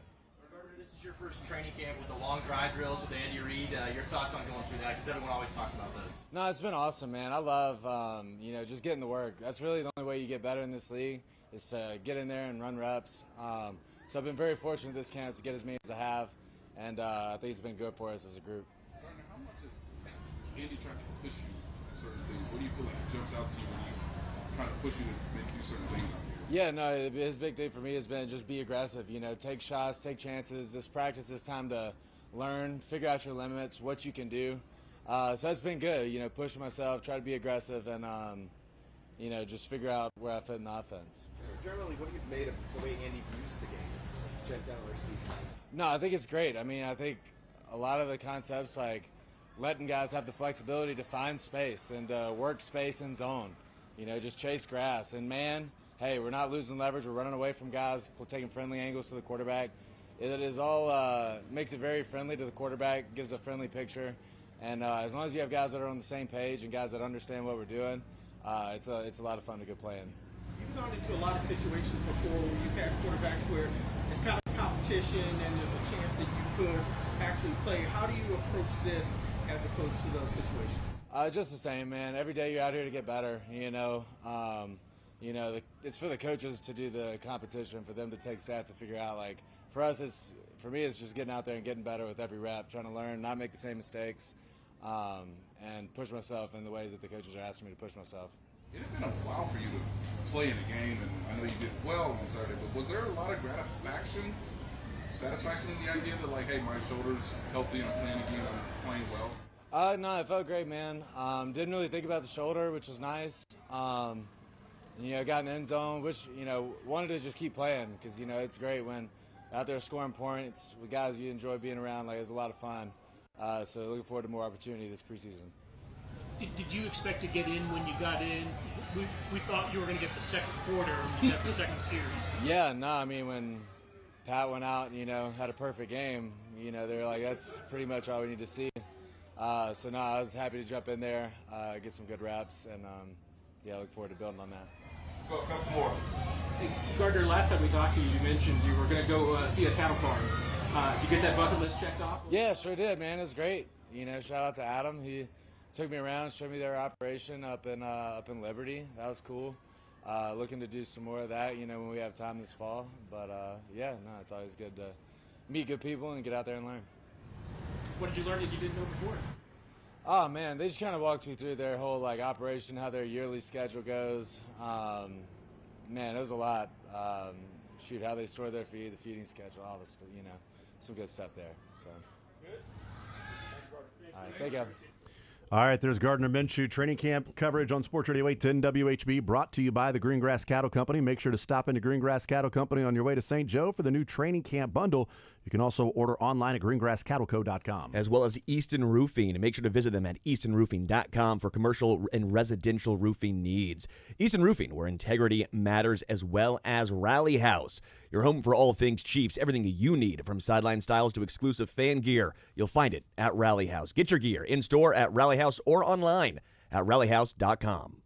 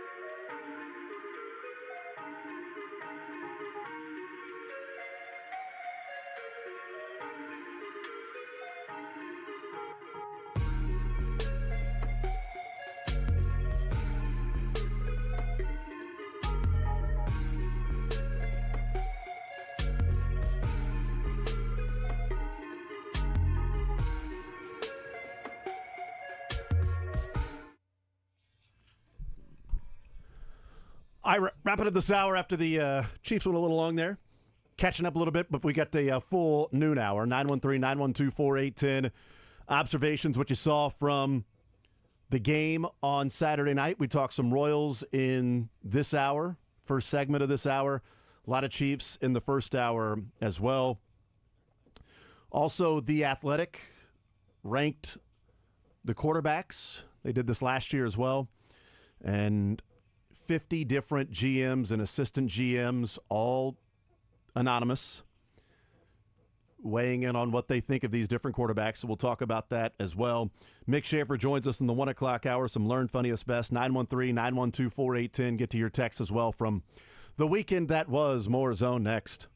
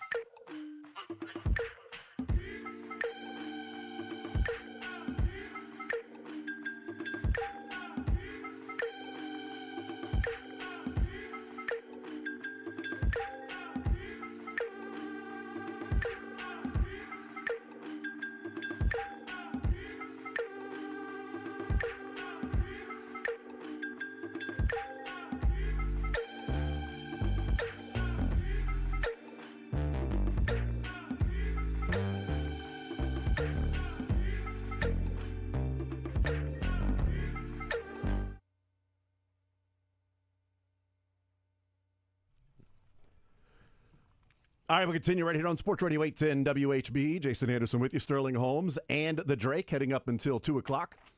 Coming up an hour from now, we'll talk with Mick Schaefer, KSHB 41 Sports Director. The AP Top 25 College Football Poll has been released. The preseason college football poll is out there, and we are 12 days away from college football getting underway locally here as KU and K-State both playing on that Saturday, August 23rd. So week from Saturday, college football's week 0 takes place. And 11 o'clock in the morning, K-State and Iowa State in Dublin. That is a top 25 matchup. That is number 17, Kansas State, taking on number 22, Iowa State, there in Dublin.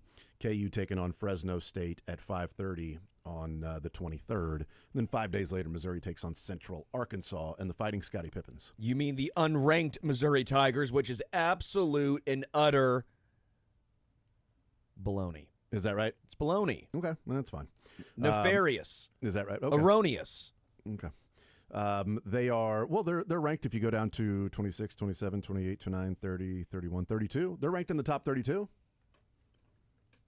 Erroneous. So, I mean, just depends on why is it an arbitrary 25 cutoff? Who decided at what point that it would just be the top 25? Why not the top 30? They still wouldn't be ranked in that. Missouri's going to prove folk wrong this year. Yeah, we'll see. They have a chance to prove everybody wrong since they're preseason number 32. Kansas State comes in at number 17 preseason, and they were number 20 in the coaches poll. Fair. So 3 spots up for KU. From spot 16 to 28, there are 7 Big 12 teams listed from spot 16 to 28. Because there's BYU, Utah, and Baylor also receiving votes. But SMU is number 16. Arizona State's the highest-ranked Big 12 team at number 11. And then SMU at number 16, K-State at 17, and then Iowa State at 22, Texas Tech at 23, and then others receiving votes, BYU, Utah, and Baylor. So they're right in that mix of 16 to 28. Just a real hefty Big 12 section there. Texas number 1, Penn State number 2, Ohio State 3, then Clemson 4, Georgia 5, Notre Dame 6, Oregon, Alabama, LSU, and Miami round out the top 10. And again, Arizona State ranked just outside the top 10 in the preseason. No Cam Scattaboo. Yeah, no Cam Scattaboo. And Boise State 25 with no Ashton Genty. Yep. So there you go. There's the top 25 that's released. It's somewhat similar to the coaches poll, but K-State moves up 3 spots in the preseason poll. Tennessee is maybe the biggest difference, right? Tennessee goes from what were they in the coaches? 18 to 24. That demographic. Yeah. 18 to 24-year-old males. Yeah. They're in the top 25 of that, so that's good for them. Look, I mean, does it matter now with the college football playoff? There's 12 teams. Certainly it would matter for fans that would like to see their team ranked, and we know that it's going to be a top 25 matchup there in Dublin as the AP preseason poll comes out. The biggest one I've seen is Oklahoma's ranked in the AP and unranked in the coaches. Oh, they're 18th in the AP poll. I didn't realize they were unranked in the coaches. Typically, the coaches are just like, hey, where's our SID? Hey, can you rank these teams, SID guy? And also, who do we play? That's right. Wouldn't you want them to be ranked higher? That's a good point, yeah. That's a great point. Never thought about that. Make sure you rank everybody that's on our schedule. Yes. Rank them higher. SEC is like, who we playing? How can we get Arkansas in here? Three people in the coaches poll voted for Vandy. I can guarantee you it's 3 SEC teams who are like, let's put Vandy in there to make it look better. Might be. Is Vandy even receiving a vote? No, Vandy's not receiving a vote in the AP. KU did not in the AP, but received 6 in the coaches. Yeah. 913-912-4810 is the text line. Some of the things that we were talking about that we were discussing in the last couple of hours. We heard from Andy Reid there. We heard from Gardner Minshew and Nick Bolton and Jared Wiley. Let's hear from Patrick Mahomes after the game on Saturday night. He was asked about Jason Brownlee, who got the playing time. We talked about Brownlee and what that means for this team and what it means for the wide receiver group. But here's Patrick Mahomes weighing in on Brownlee and his as in Patrick Mahomes, playing time. He stepped up. I mean, obviously we had a couple injuries there towards the end of camp before the preseason game. He was a guy that stepped up, made plays, and I know some of y'all saw him. I mean, I gave him a chance to make plays on the field. He made them, and it's good to see that translate into the game. Patrick, did you lobby to get more than 48 seconds of game time? Yeah, I mean, I didn't lobby. I let Coach Reed handle it, but I mean, obviously, I wanted to get in there a little bit more. But he said one series. We got a good play on the special teams, and one series turned into one throw. So it worked out well for us. But it was good to see the other guys get in and get some plays. And just one other thing too, like you stayed so involved in the game all the way through. It looked like even late in the game you ran down to Nagy to maybe suggest a play call. How do you stay so involved when you're not in? And did you suggest a play? I mean, I love the game, and so I wasn't suggesting play calls. I was more giving tips that he can kind of relay to the quarterbacks just in certain situations, just guys being in new situations and games like that. And so I don't suggest play calls. We got the goat of play calls with Coach Reed, but I can give suggestions. I imagine every time he's like, Nagy, wasp, run wasp. We've got time to run wasp. Can you please run wasp out there? Every time he suggests a play, it has to be jet chip wasp. Do we have time to run wasp? He's asking for wasp. I like how your impersonation of Mahomes is like a impersonation of an impersonation of Mahomes. It's like It's not good. It's not good. It's just to randomly try to have the gravelly, a little bit of a Texas accent while somewhat of Kermit the Frog, but it's just not. It's not. If good. Kermit the Frog was Southern. Yes. Yeah. 913-912-4810. But we talked about Brownlee and how that impacts the back end of the wide receiver group. And, my takeaway when I watched that, like his third play of the game, and Jason Brownlee's in. And the text is just sort of like, who's Jason Brownlee? Who's this guy catches a touchdown? Because when he caught it, I'm like, what? Who's that guy?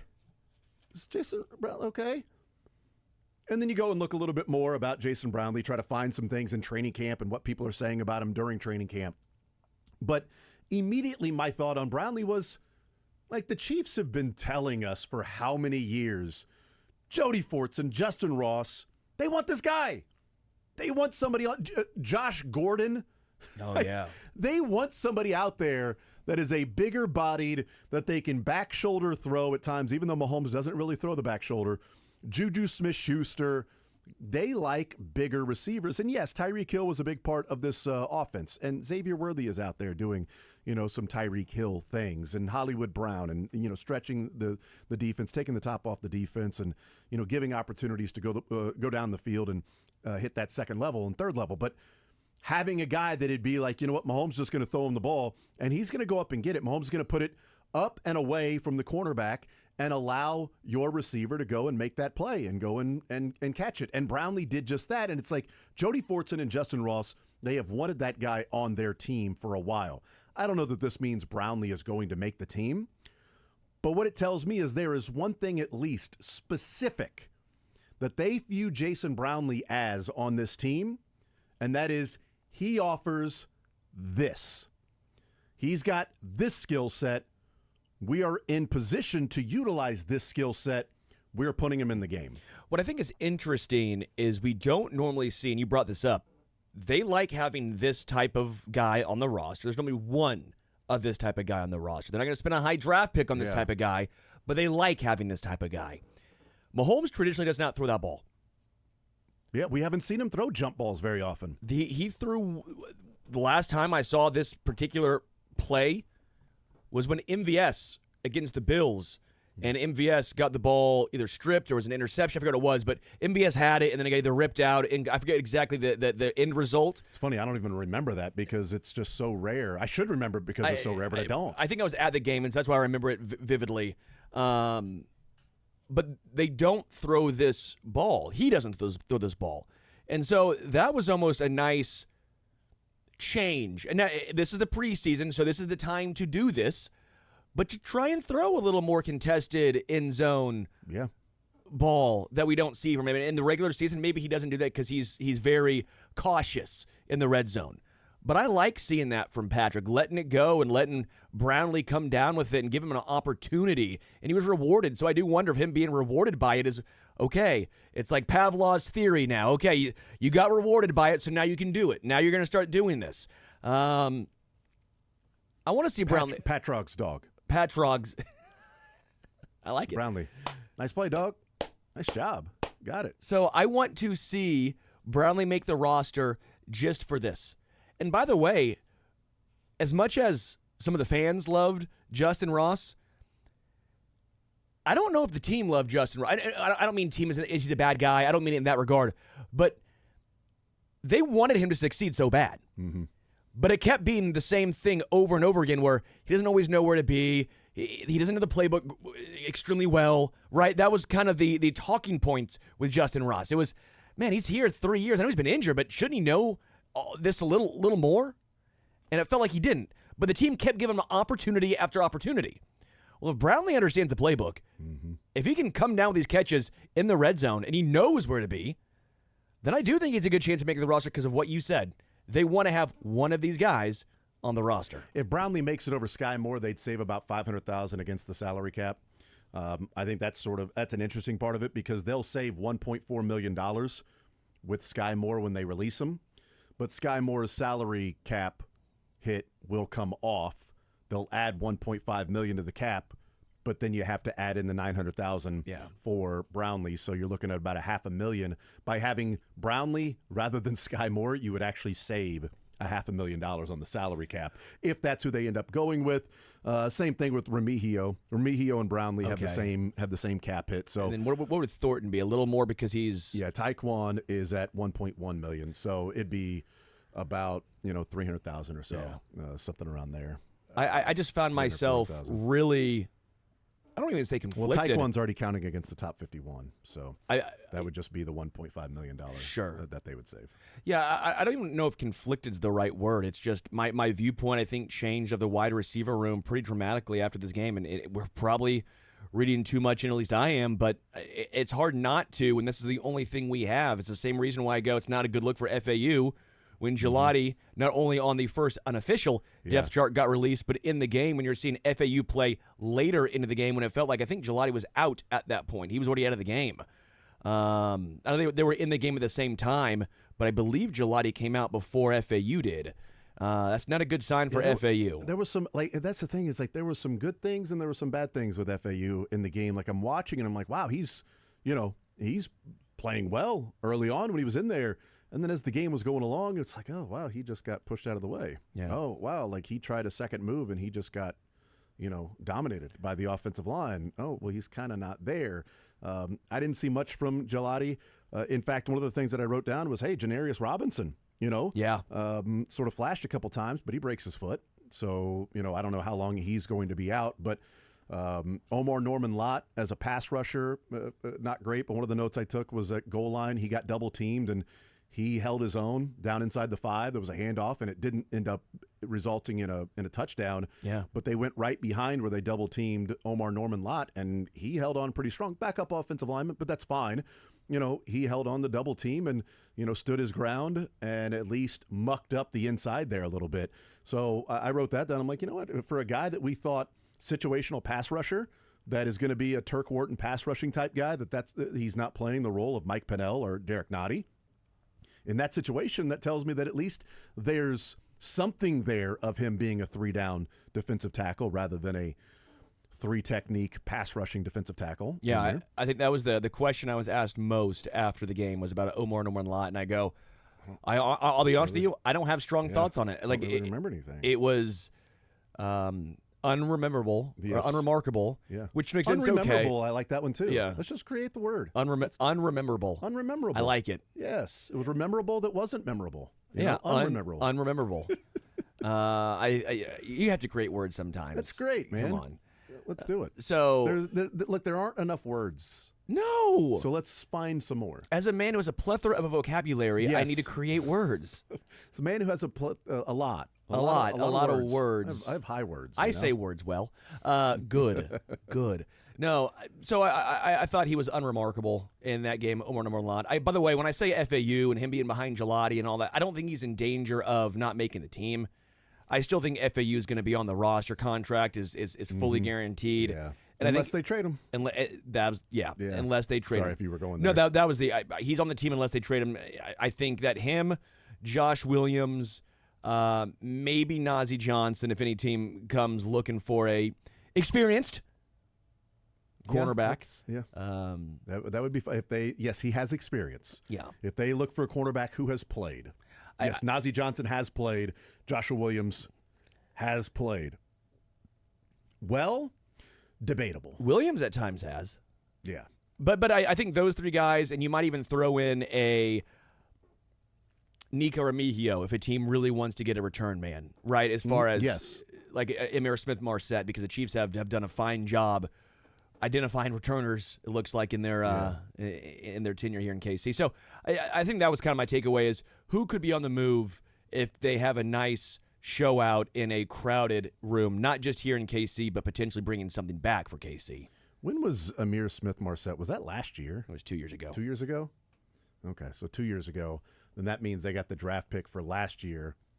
So in fact, what it was, so they moved up for Bossa. That's what it was. I was trying to think of Emir Smith-Marset. And that's a good transition to Jeffrey Bossa because they took the free draft pick from the Eagles in the 5th round and then the draft pick from the Panthers for Emir Smith-Marset to move up and get Bossa.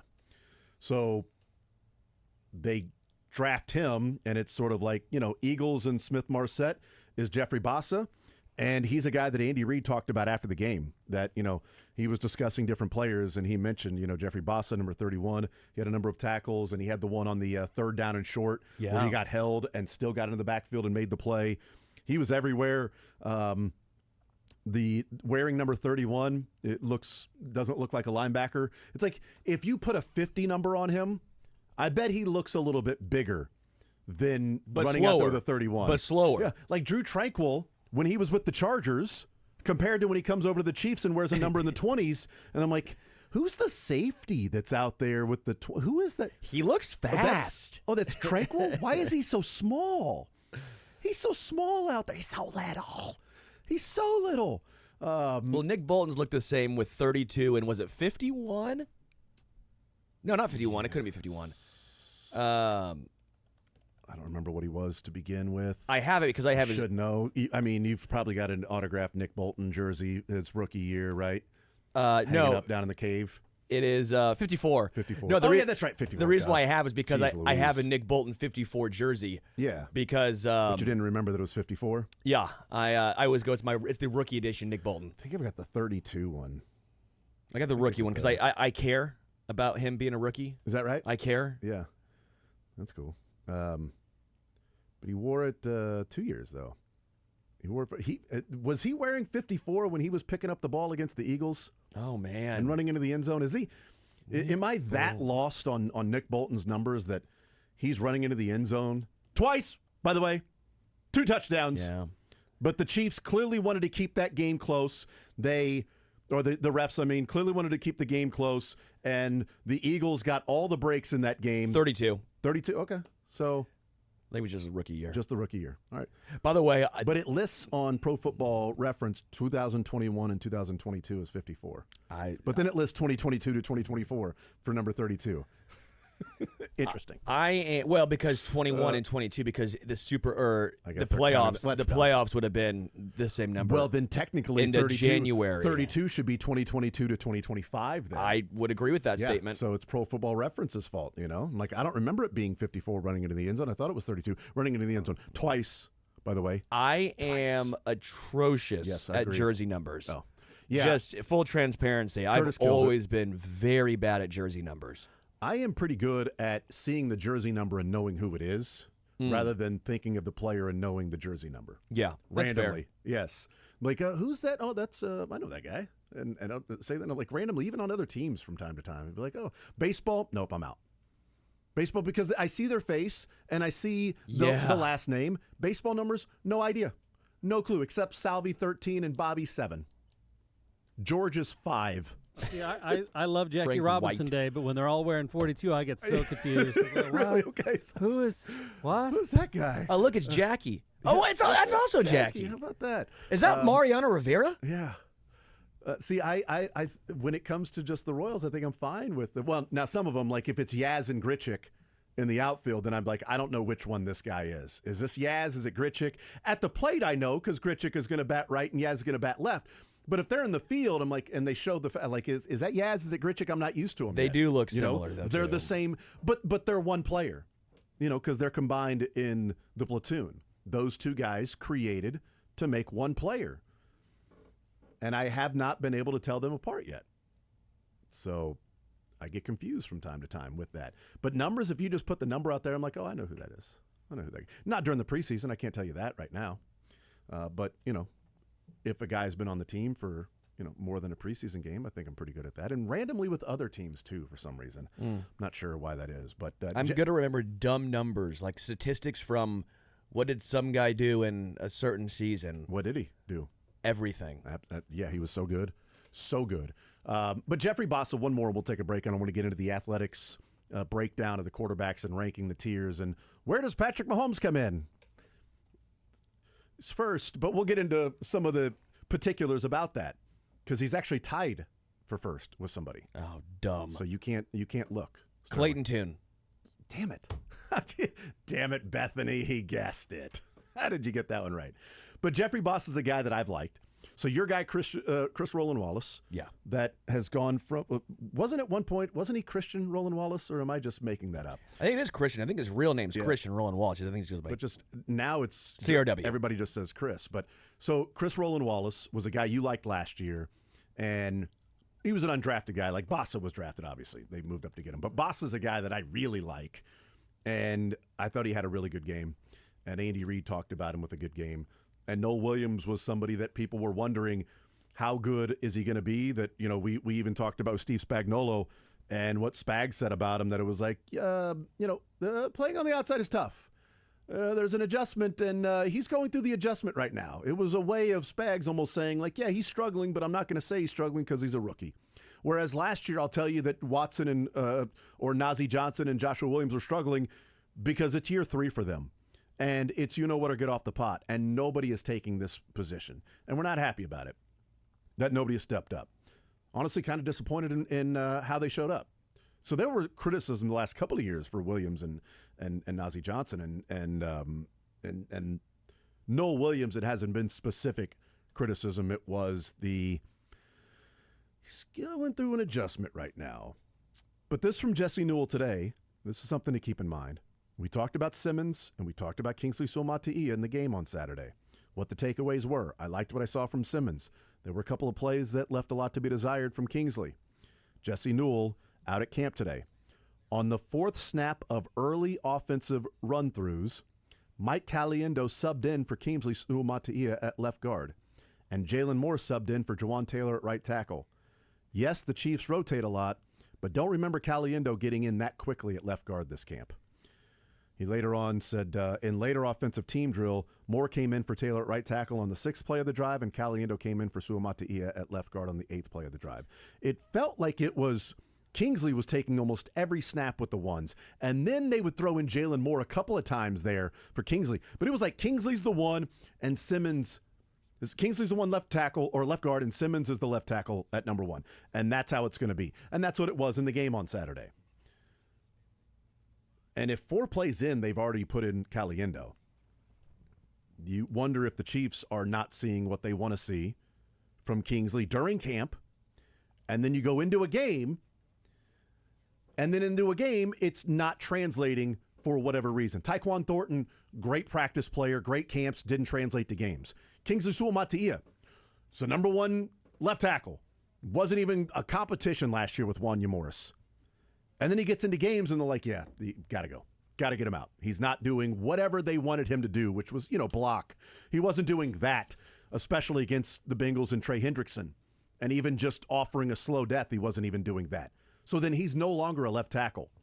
So I don't know, was this, you're talking up Kingsley and telling everybody it's Kingsley, and he's there on the depth chart, so trying to instill confidence in him the way that you did last year. We believe in you. You believe in yourself. Simmons is there at left tackle. Kingsley left guard. He's the number 1. We'll work Jalen Moore in there a little bit, finding a spot for him. And you go into the game, and you see a couple of times where Kingsley just gets beat. In 11 plays, twice, he just gets beat. He just gets whooped. There's a blitzer that comes in. He's double teaming with Creed. He comes off the double team. There's a linebacker 80 pounds lighter than he is and just chucks him to the side. My one.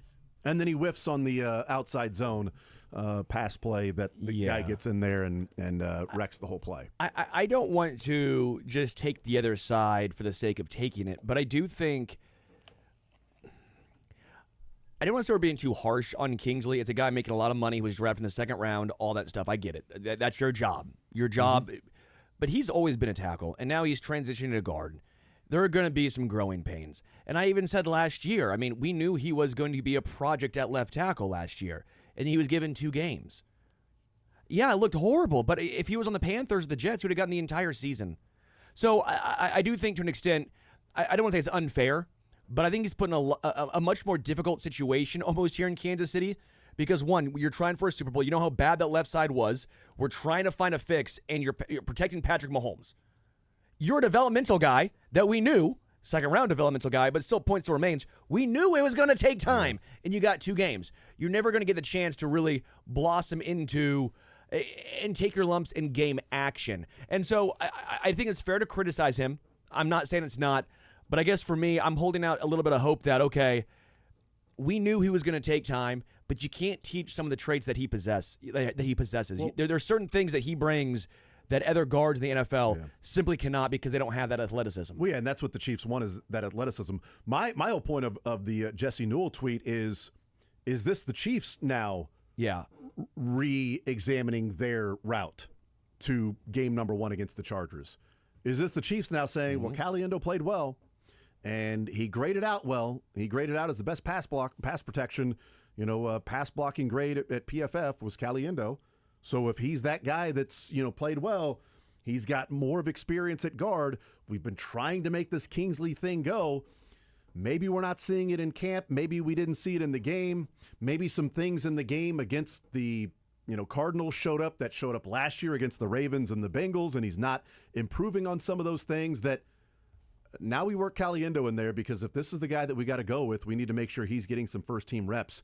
It'll be interesting to see Friday night if Kingsley plays every single rep with the first team at guard, because if not, that would be a change from what we've seen in preseason and then what we saw in game number 1 with Kingsley. If he goes out there and plays every snap with the ones again, well, then, they're working Caliendo in there because that's the one spot on the offensive line that is not solidified.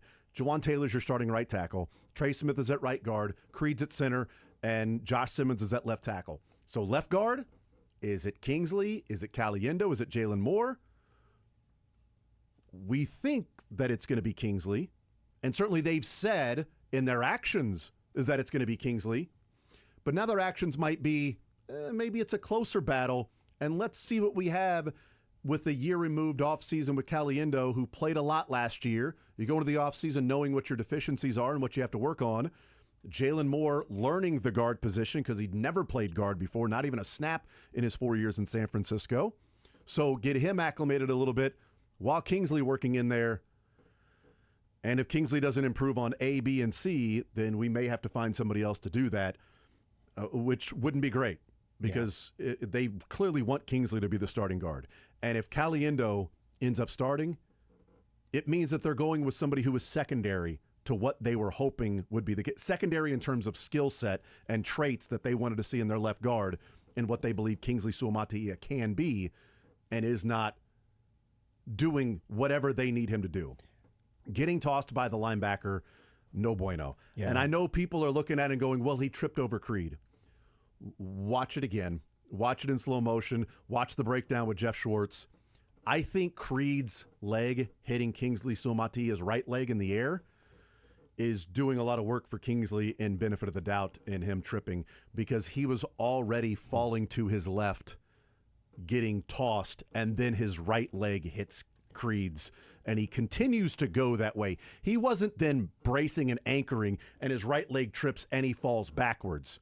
His right leg hits Creed, and he falling to his left because he was getting chucked that way, because his feet were not in proper position, as Jeff Schwartz was pointing out, and was like, where are you going? What are you doing? Why are you plant, drive, go get that. And he gets tossed backwards. Like, stop moving, Kingsley. Stop your feet, anchor, and take that guy on. That's why he tossed you, is because your feet are moving back and he hit you in between steps. On the offensive line specifically, and when you're trying to win Super Bowls, floor is going to matter more than inconsistencies and the potential of upside. That's a good point. I keep going back to the Giants. With the Giants, you'll fight through the inconsistencies and hope that eventually he reaches the consistent top, the top in potential. And that might be where Andy Reid says, Caliendo may give us a 70%, not a 70% passing grade at PFF or anything, but a 70%, so barely passing grade. Kingsley might give us a 51 game and an 82 the other game. Yeah. But I can't coach for 50. Yep. 82 is great, but at least I can coach 70. And if I'm going to get a 70 every, like Marty Schottenheimer, you have a guy that's going to give me a 10 for 8 games and a 0 for 8 games, as opposed to a guy that's going to give me a 5 for 16 games. I'll take the 5 because I know what I'm expecting, I know what I'm getting, and I can coach with that. I can't coach when that 10 gives me a 0. Yeah, because I'm counting offensive on line that guy. Specifically. Well, yeah, I think wide receiver can be a different story because sometimes I might take that because you just go to somebody else. Yes, exactly. But if you got a guy who's a 0 in a game, you're toast at that point. They'll just 100%. expose it. We'll take a timeout. We'll come back. We'll talk about the Athletics quarterback rankings and look at what some of the anonymous GMs said about Patrick Mahomes and who he is tied with at number 1. More Zone next.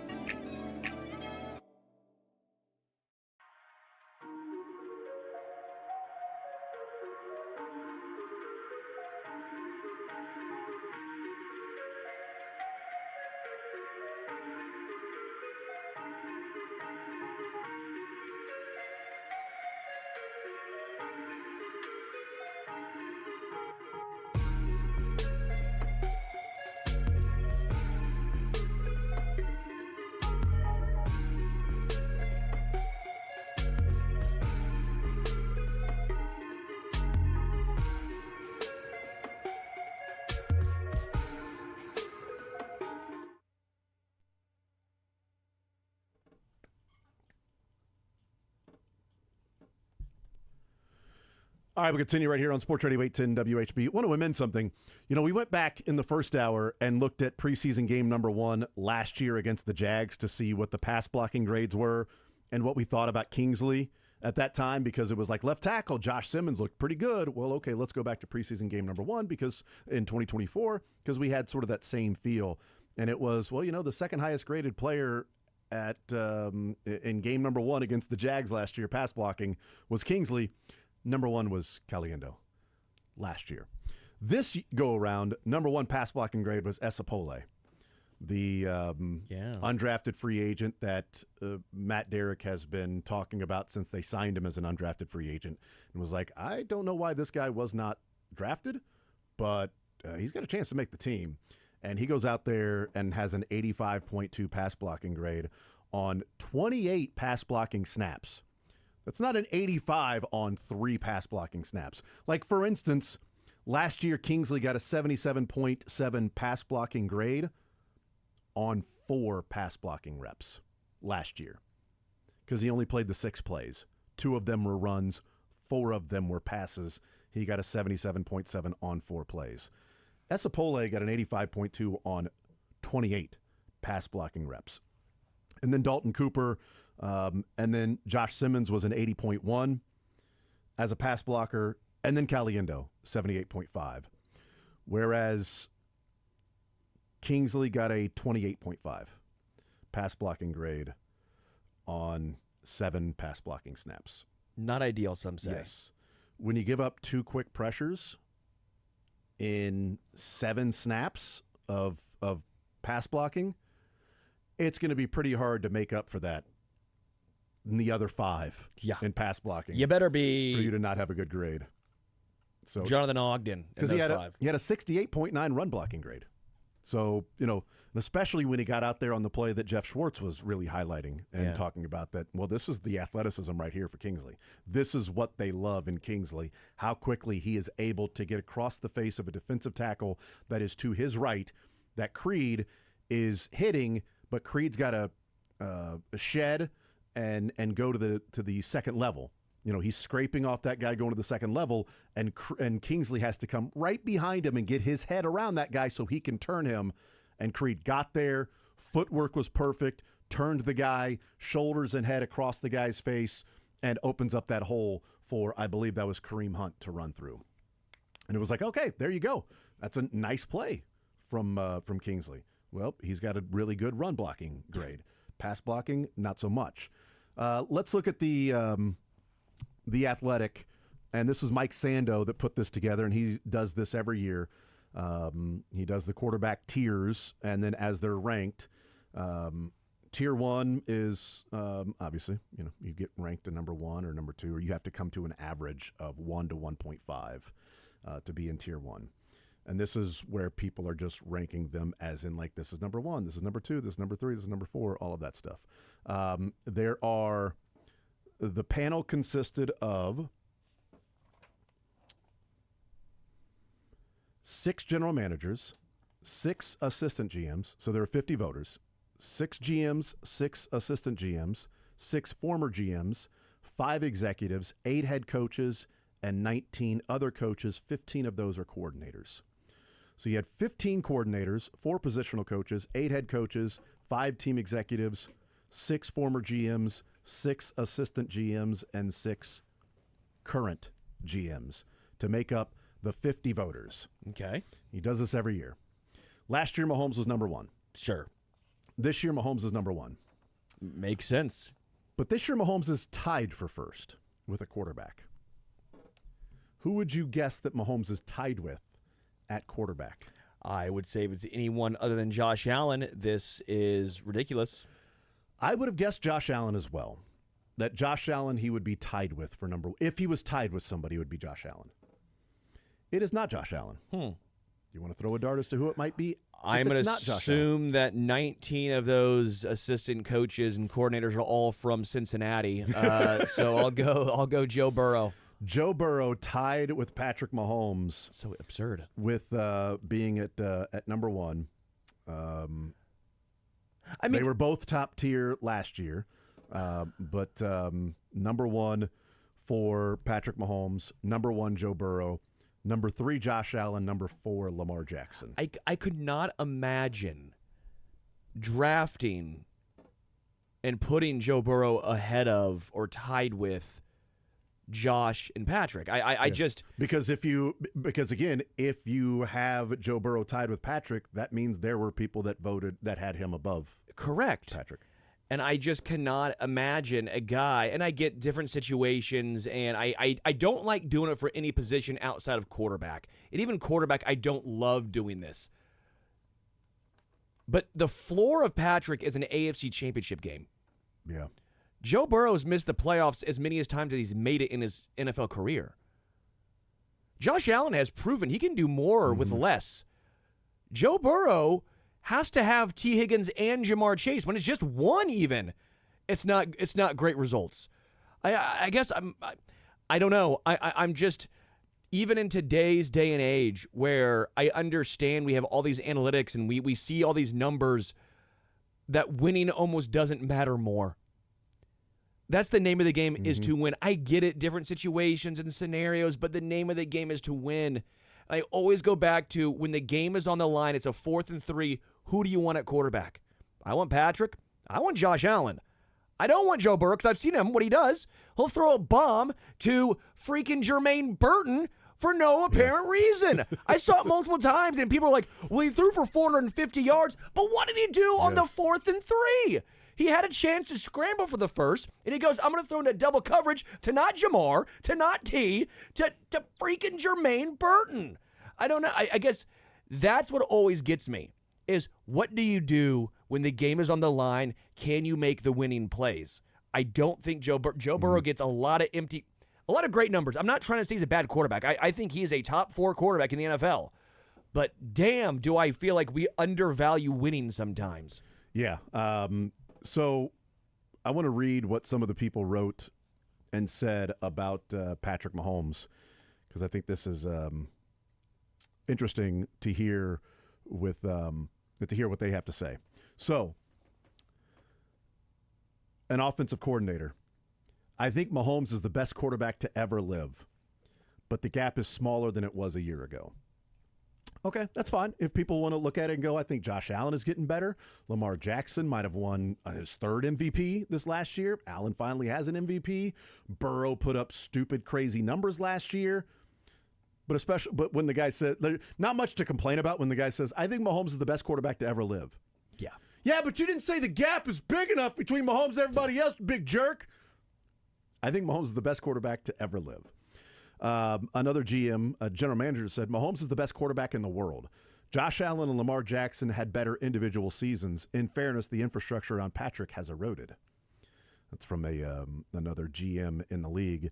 An offensive coach said Mahomes has the Brady seat now until someone proves otherwise. Last year, I saw a headline saying something to the effect of Mahomes' worst year to date, and the Chiefs are undefeated. This is when this guy is too good for his own good. Yeah. I love that line. He's too good for his own good. Mahomes is having a terrible year. The Chiefs haven't lost.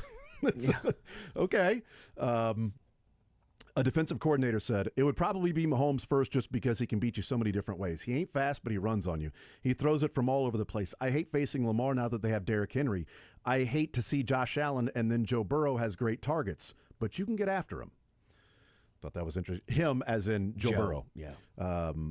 Then another one, a head coach said, Patrick is obviously still number 1. But he's winning out of need at the end of games. That is what it's about. But Burrow, Lamar, and Josh played better than him in quarters 1 through 4. Interesting. I'd say 1 through 3. Yeah, I would say 1 through 3. Or 1 through 3.5. Yes. This one, last one from a defensive coach with an AFC West team, says, criticizing him is like walking into the Sistine Chapel and saying, I like Michelangelo's drawings, but his sense of color is a little off. Any criticism of Patrick Mahomes is walking in the Sistine Chapel. I mean, I like him, but that choice over there, kind of would have. It's a little off, but I do appreciate being here, looking at it. It's pretty neat. I'm seeing something that everybody says is one of the greatest things we've ever seen, one of the greatest feats ever. Color palette. It's a great line by an AFC West coach. That's incredible. Defensive coach in the AFC West. I would love to know who that is. Yeah. Who that guy is. That'd be great. I want to read through the Joe Burrow ones real quick as he's tied with Patrick Mahomes there. Head coach said, he's the closest thing to Joe Montana that I've ever seen. That is about as big a compliment as I can give you as a quarterback. A veteran offensive coach, another one said, to me, it's Mahomes and then Burrow. If I had to rank him, Burrow could be a 1 with a red cross on him. They don't protect him, and he gets the bleep knocked out of him constantly. Fair, but can I tell you something? Yeah, sure. I like the Joe Montana Burrow comp, besides the fact that Montana actually won. Other than that. Other than the whole winning thing. This last one, so he only had 3 quotes. A defensive coach said, he's a stud, particularly with those freaks he has out there at receiver. Okay. I respect the arm talent, but don't get me wrong, but you have to be able to fool him pre-snap, and you have to be able to rush with 4 and get there. It's interesting. I respect the arm talent. Don't get me wrong, but you have to be able to fool him pre-snap, and you have to be able to rush with 4 and get there. Okay, so he's saying, where was the negative? Okay, so he's saying he's a stud, particularly with those freaks he has out there. And then he's saying, I respect the arm talent, don't get me wrong. Okay, yeah. So it was an interesting sentence structure. structure It was there. like, where's the negative? It looked like he was getting.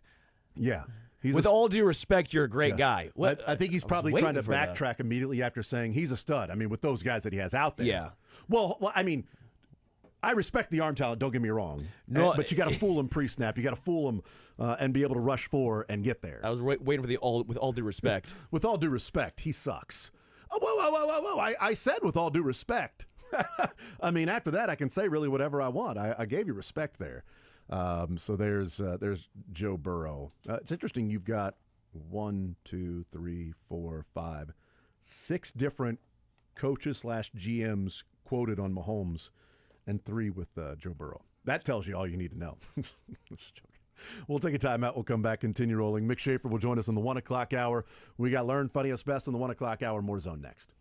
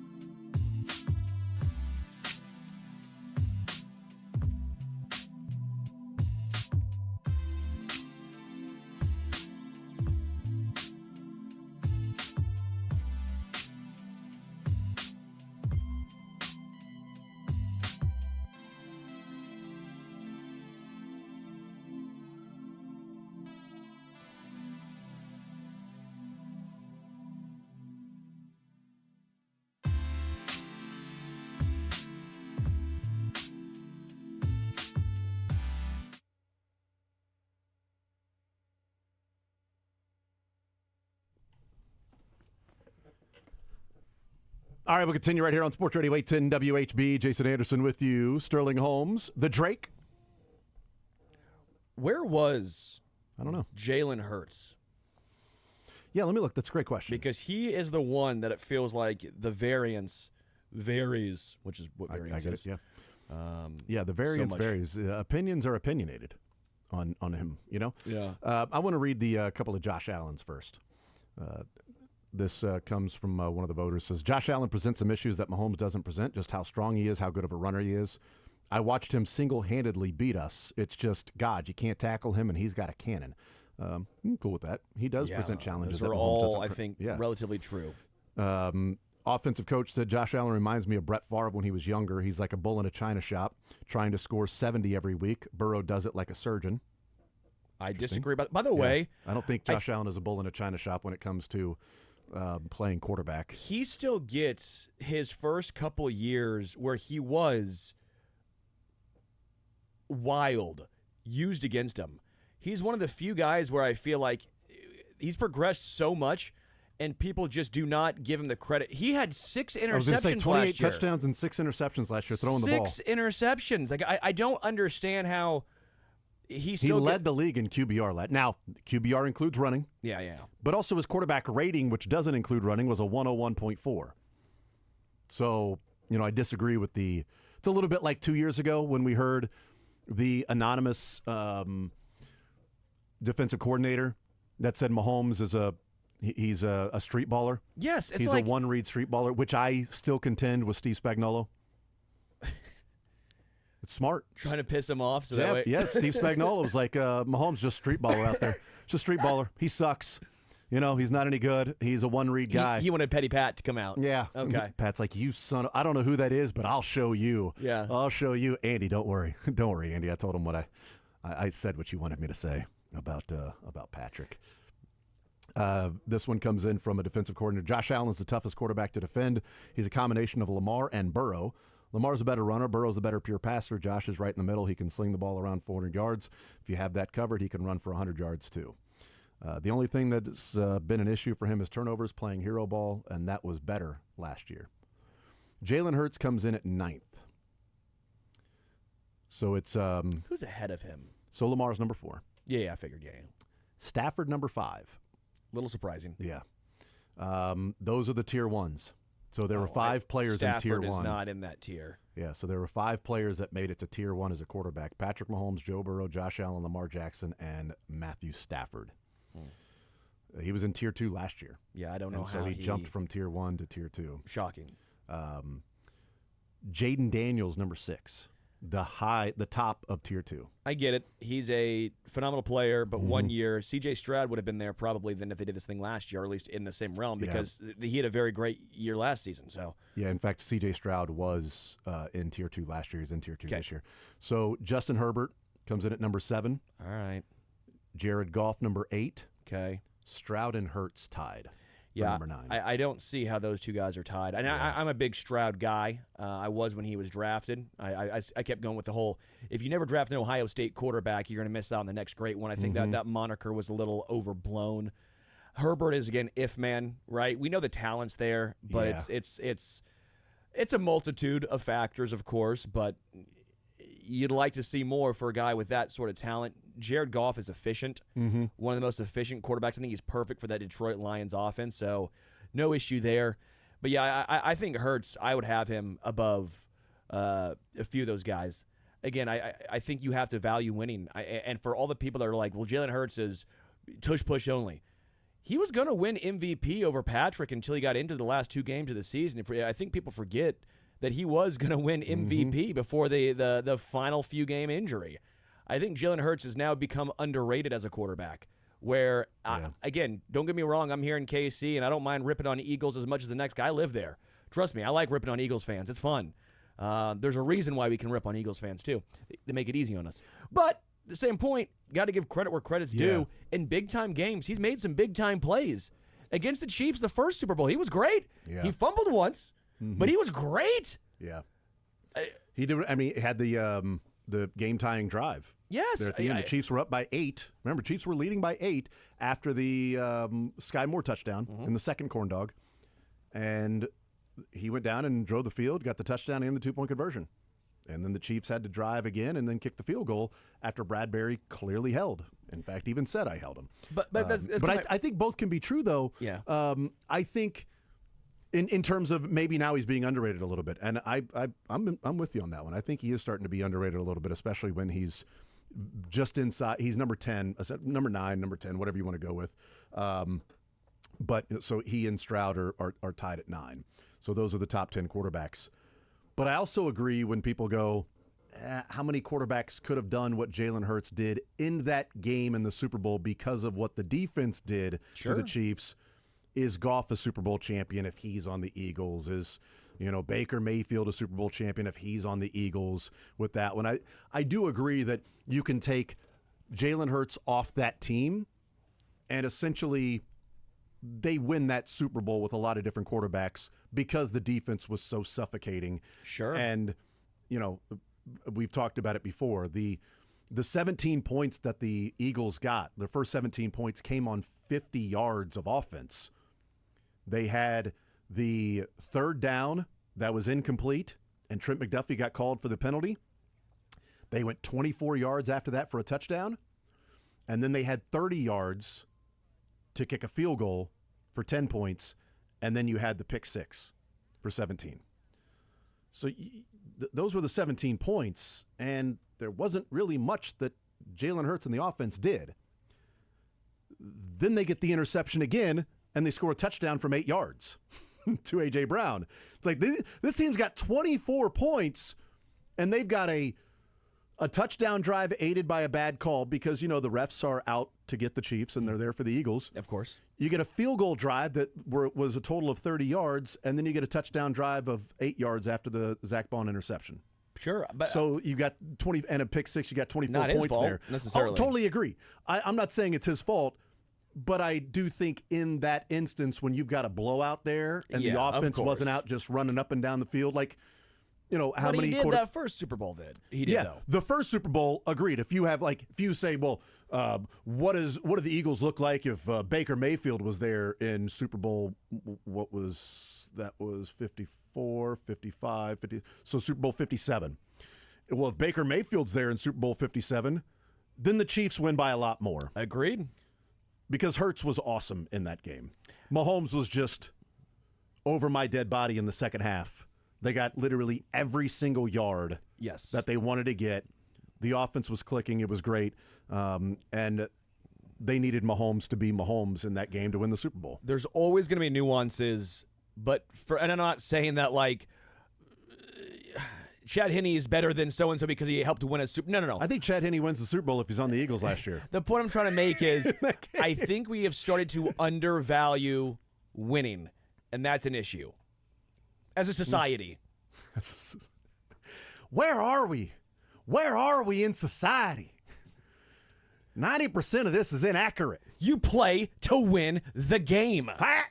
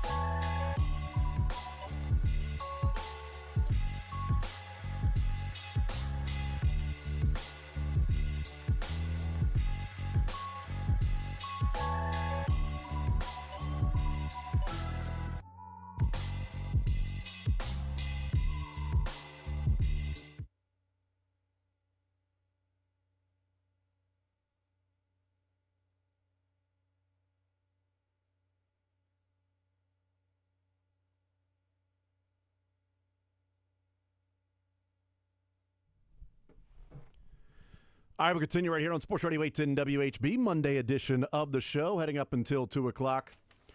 Mick Schaefer with us, KSHB 41 Sports Director. He is presented by Advent Health Sports Park at Blue Hawk. Experience world-class sports facilities, including an ice rink, turf field, and state-of-the-art courts, arcade games, laser tag, bowling, and sports simulators, and a bar and grill. Advent Health Sports Park at Blue Hawk, where sports and entertainment collide. Let's choose number 3. Let's go. Number 3. Door number 3. Hello, Mick. Hey, guys. What's going on? Oh, not much. You guys talking sports still? You know, we decided today we were going to talk some sports. You know, typically we don't want to do that, but today we've decided let's do sports talk. You want to hear something crazy? Sports. This is sports, and it's fun, and it's neat, and it's a great comp. Sports. Sky Moore is Christian Cologne. Christian Cologne is Sky Moore.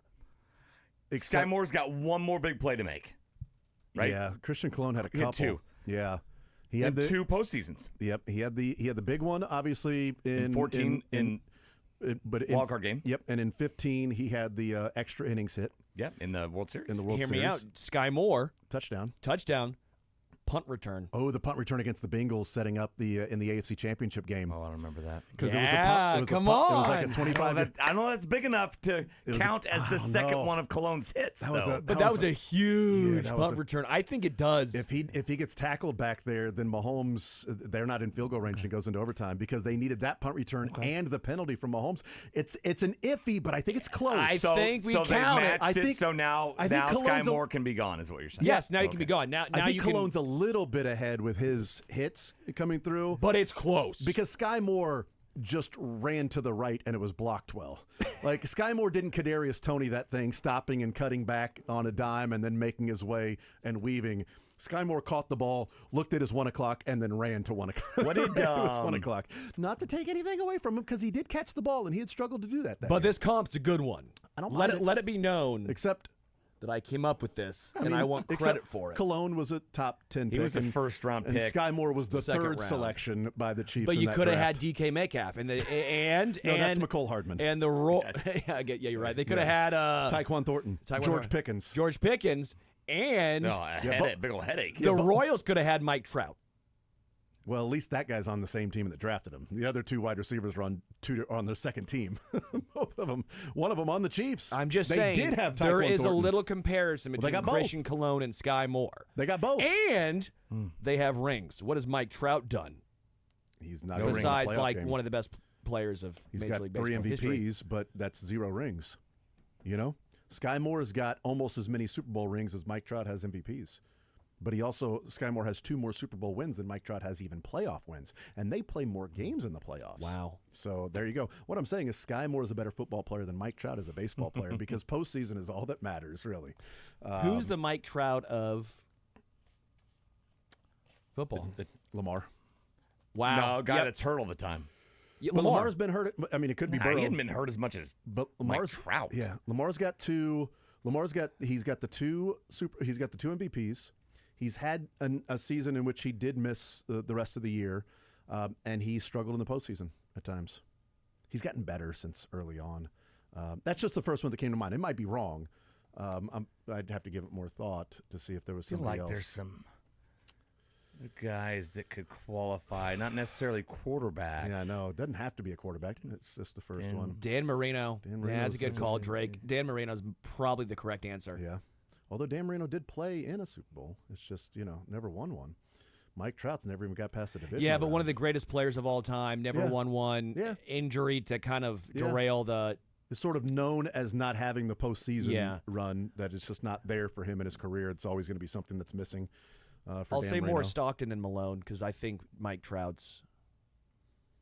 I've been watching Hard Knocks, or I guess one episode, so maybe Yes. Tre'Davious White, that guy that's been injured all the time. He's been really injured good. all the time. Trey White, I found myself really enjoying Oh, he was great. Trey White. Yes. And how about... How is he the same age as Mahomes? He looks like he's 50. My wife and I say the same thing. I go, he might not even be 30 yet. I go, he's the same age as Mahomes, and my wife was like, I thought that was like a coach. He looks really old.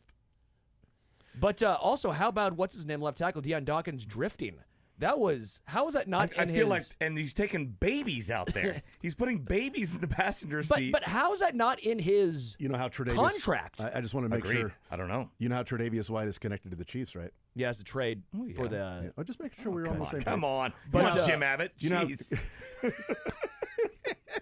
You know. Did you know in 2017 that Trey White is who the Bills took when they traded back? It's the only reason for I know him, Mahomes. honestly. I mean, a safety for another team? My God. Cornerback. What kind of freak you don't knows know that? him that well. Who did they get to Cornerback. He's cornerback now? He's always been a cornerback, not a safety. So Yeah, you don't know Trey White that well. I guess not. Gosh. Deion Dawkins reminds me a little of their version of Chris Jones. Yeah. A little bit. He plays offensive line. Well, I know that. Well, see, you're correct in my position. yeah, So, right, yeah. right. Well, you're wrong. You're wrong. Totally. He plays O-line. I never Totally said he wrong. didn't. I know he plays left tackle. I said that. Wrong. So Except stupid. Chris Jones way better at his position. Well, yeah, of course, but I said like mannerisms. Well, and even like when Also they were Salvy's drifting, mannerisms. they were like feet away from that garage where they're Yes! just sitting on those recliners. What if you blow a What- tire? Exactly. What if a tire blows? What if you just don't take it at the right angle? I don't know drifting much, but I feel like that could I an thought issue. that needs to be in a contract somewhere. A Yes. 6'6", Well, 3 maybe- bills. They don't worry about it if you're not a skilled You know guy. who Buffalo maybe. got for the Chiefs pick the next year, right? Yes, at one time I did. Yeah.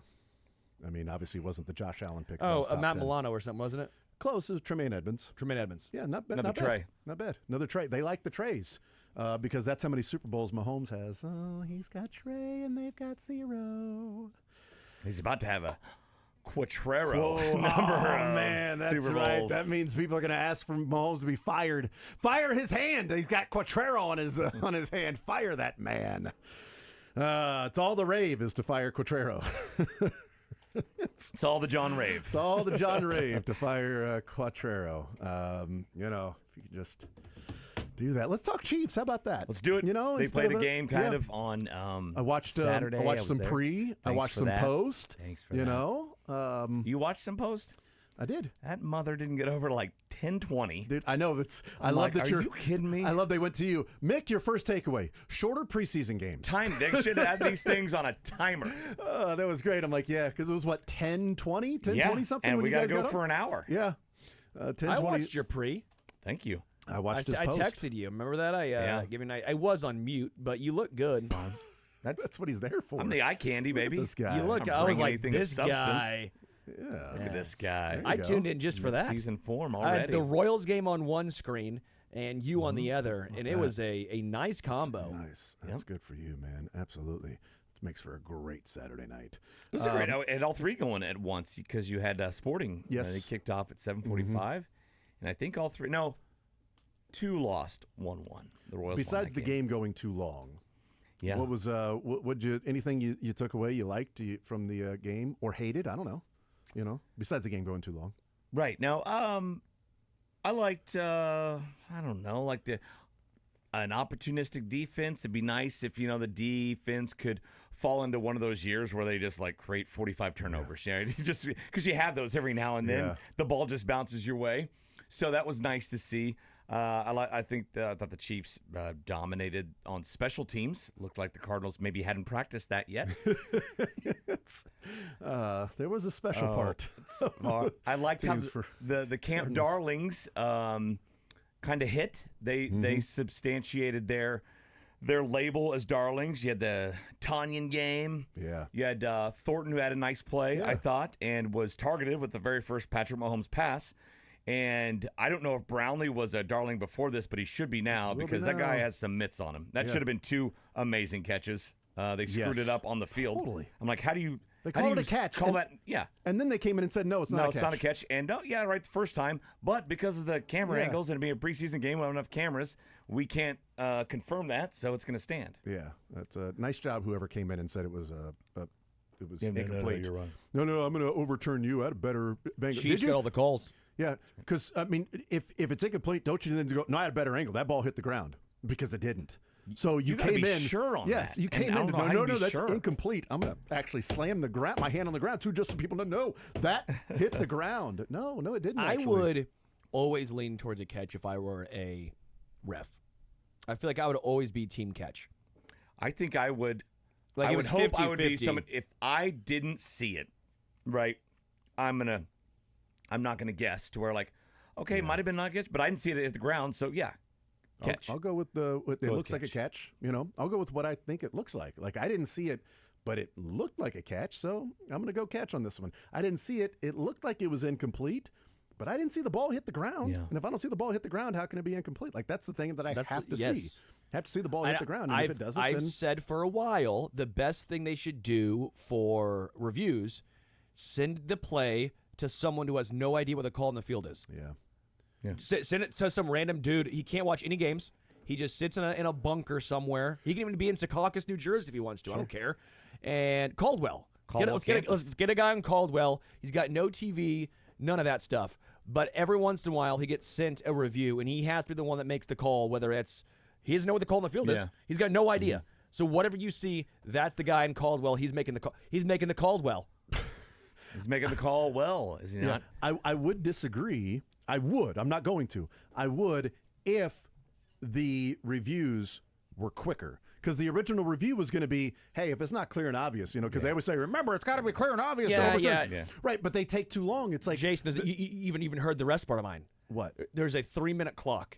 And the guy in Caldwell has to do clock? it. Minute and a half. Yeah, 4 or 5 seconds clock. Well, the guy in Caldwell's not going to take 3 minutes. I know Yes. him. Mick, you know him probably. You probably got another guy. Of course, Caldwell, he's not taking 3 minutes. He's It's- going to be it's- done it's- quicker than that. It's minute-long Steve. Yes. And so minute-long Steve's going to get it done in a minute, tops, of course. I think my idea has some merit, some Dave merit. So I think I don't mind it. I just if they were quicker with the reviews, I'd be like, nah. You look at it. If it's not clear and obvious, you get what the call in the field. But they take too damn long, and it's like they're Zapruder filming this, and then it's like, okay, you can't tell, so let's go. Let's play football. Go with the call in the field. I thought another guy that stood out, but speaking of penalties, was really all his plays were erased by penalty. It was Chris Oladokun at the end, and I think he could be the second best quarterback on this team. Definitely the third.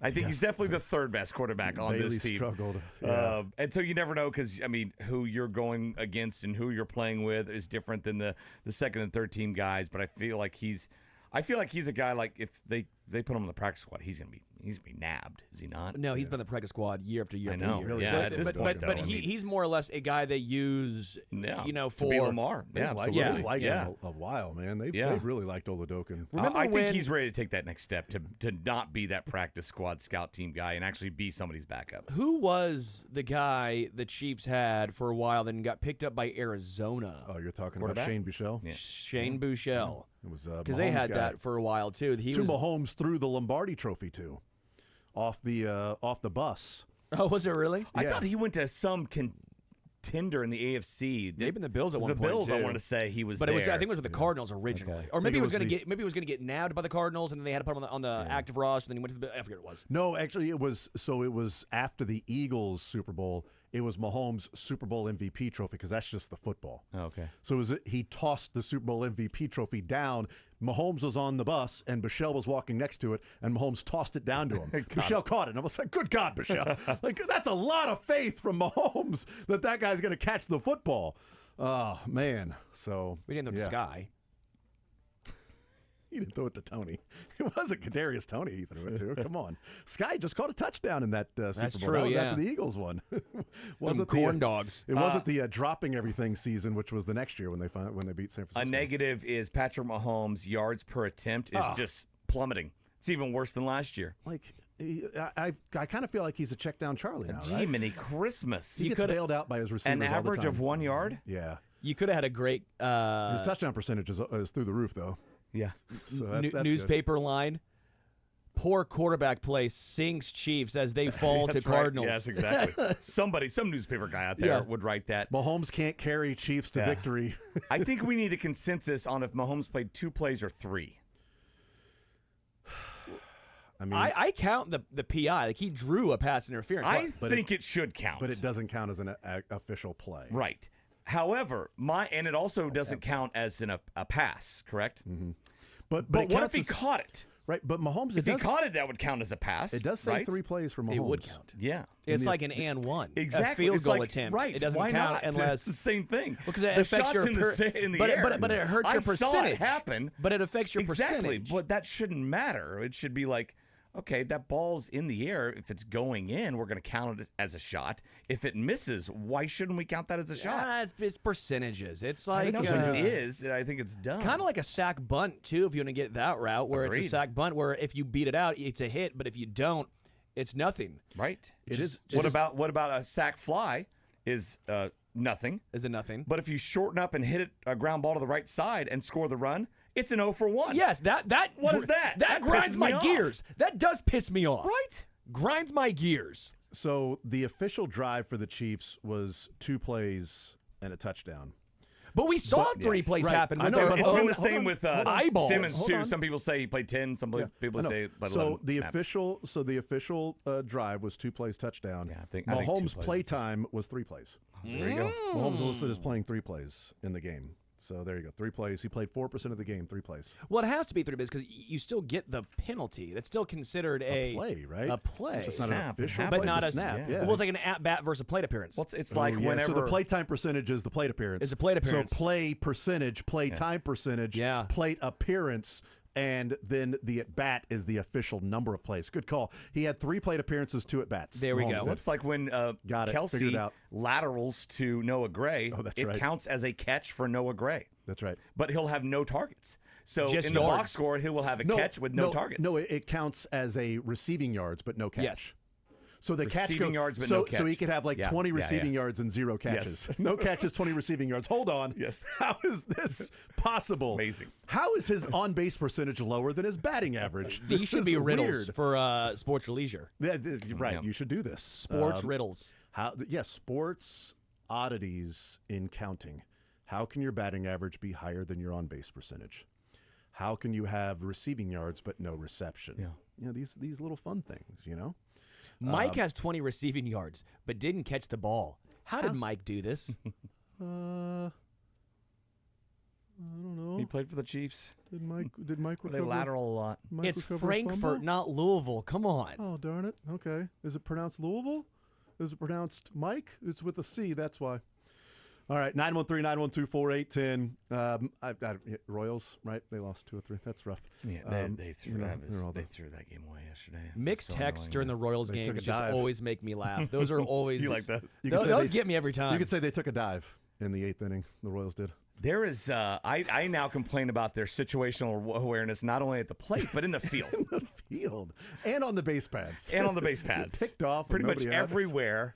That dive, never mind he shouldn't have dived. I mean, he got his body out of the way, right? Usually when guys do that, they'll be like, Olay. oh, crap, I need to at least create some sort of a backstop wall in case That's what I said, don't too. glove this. See, we agree with that one. Yeah. That's what I said. I said Oh, as soon as you see that he's not going to get that you're not going to get there, at that point, I just got to throw my whole body in front of it. there, yes. At least- I'm blocking the punt. Yes. right? I'm blocking the punt, which 100%. hurts, but it doesn't matter. He's getting a double at most, not a triple. I guarantee John Rave would love to have a busted lip today and the ball bounce off his lip and stay in front of him and keep Martin at first and not have that thing go behind him in a Royals. Isbell would have done that. Maniac would have gone teeth first into that baseball. He grabs like an apple, Yeah. bobbing for apples. At least Q's consistent. He will always go to Zerpa when there's 5 2/3. Yeah. Zerpa, come on. Come on. Yeah, as soon Come as, on, Zerpa. As soon as Berger got somebody on him, like, well, you got to get out of there. Got somebody It's on like the the sixth. analytics say, an hour and 45 minutes to an hour and 48 minutes into every game. Schreiber and Zerpa, that's when they pitch their best. We got to get them in here at the end of the 6th. They're robotic. He must warm up. It's like when they give the run, it's like it was too many practice pitches. 149, that was the issue. Yeah, sorry. It's Reggie Jackson and Naked Gun. Must kill the queen. Must warm up for 6th. All right. Learn funniest best. We'll take a time out. What we learned from the weekend. Funniest from the weekend. Best from the weekend. More zone next.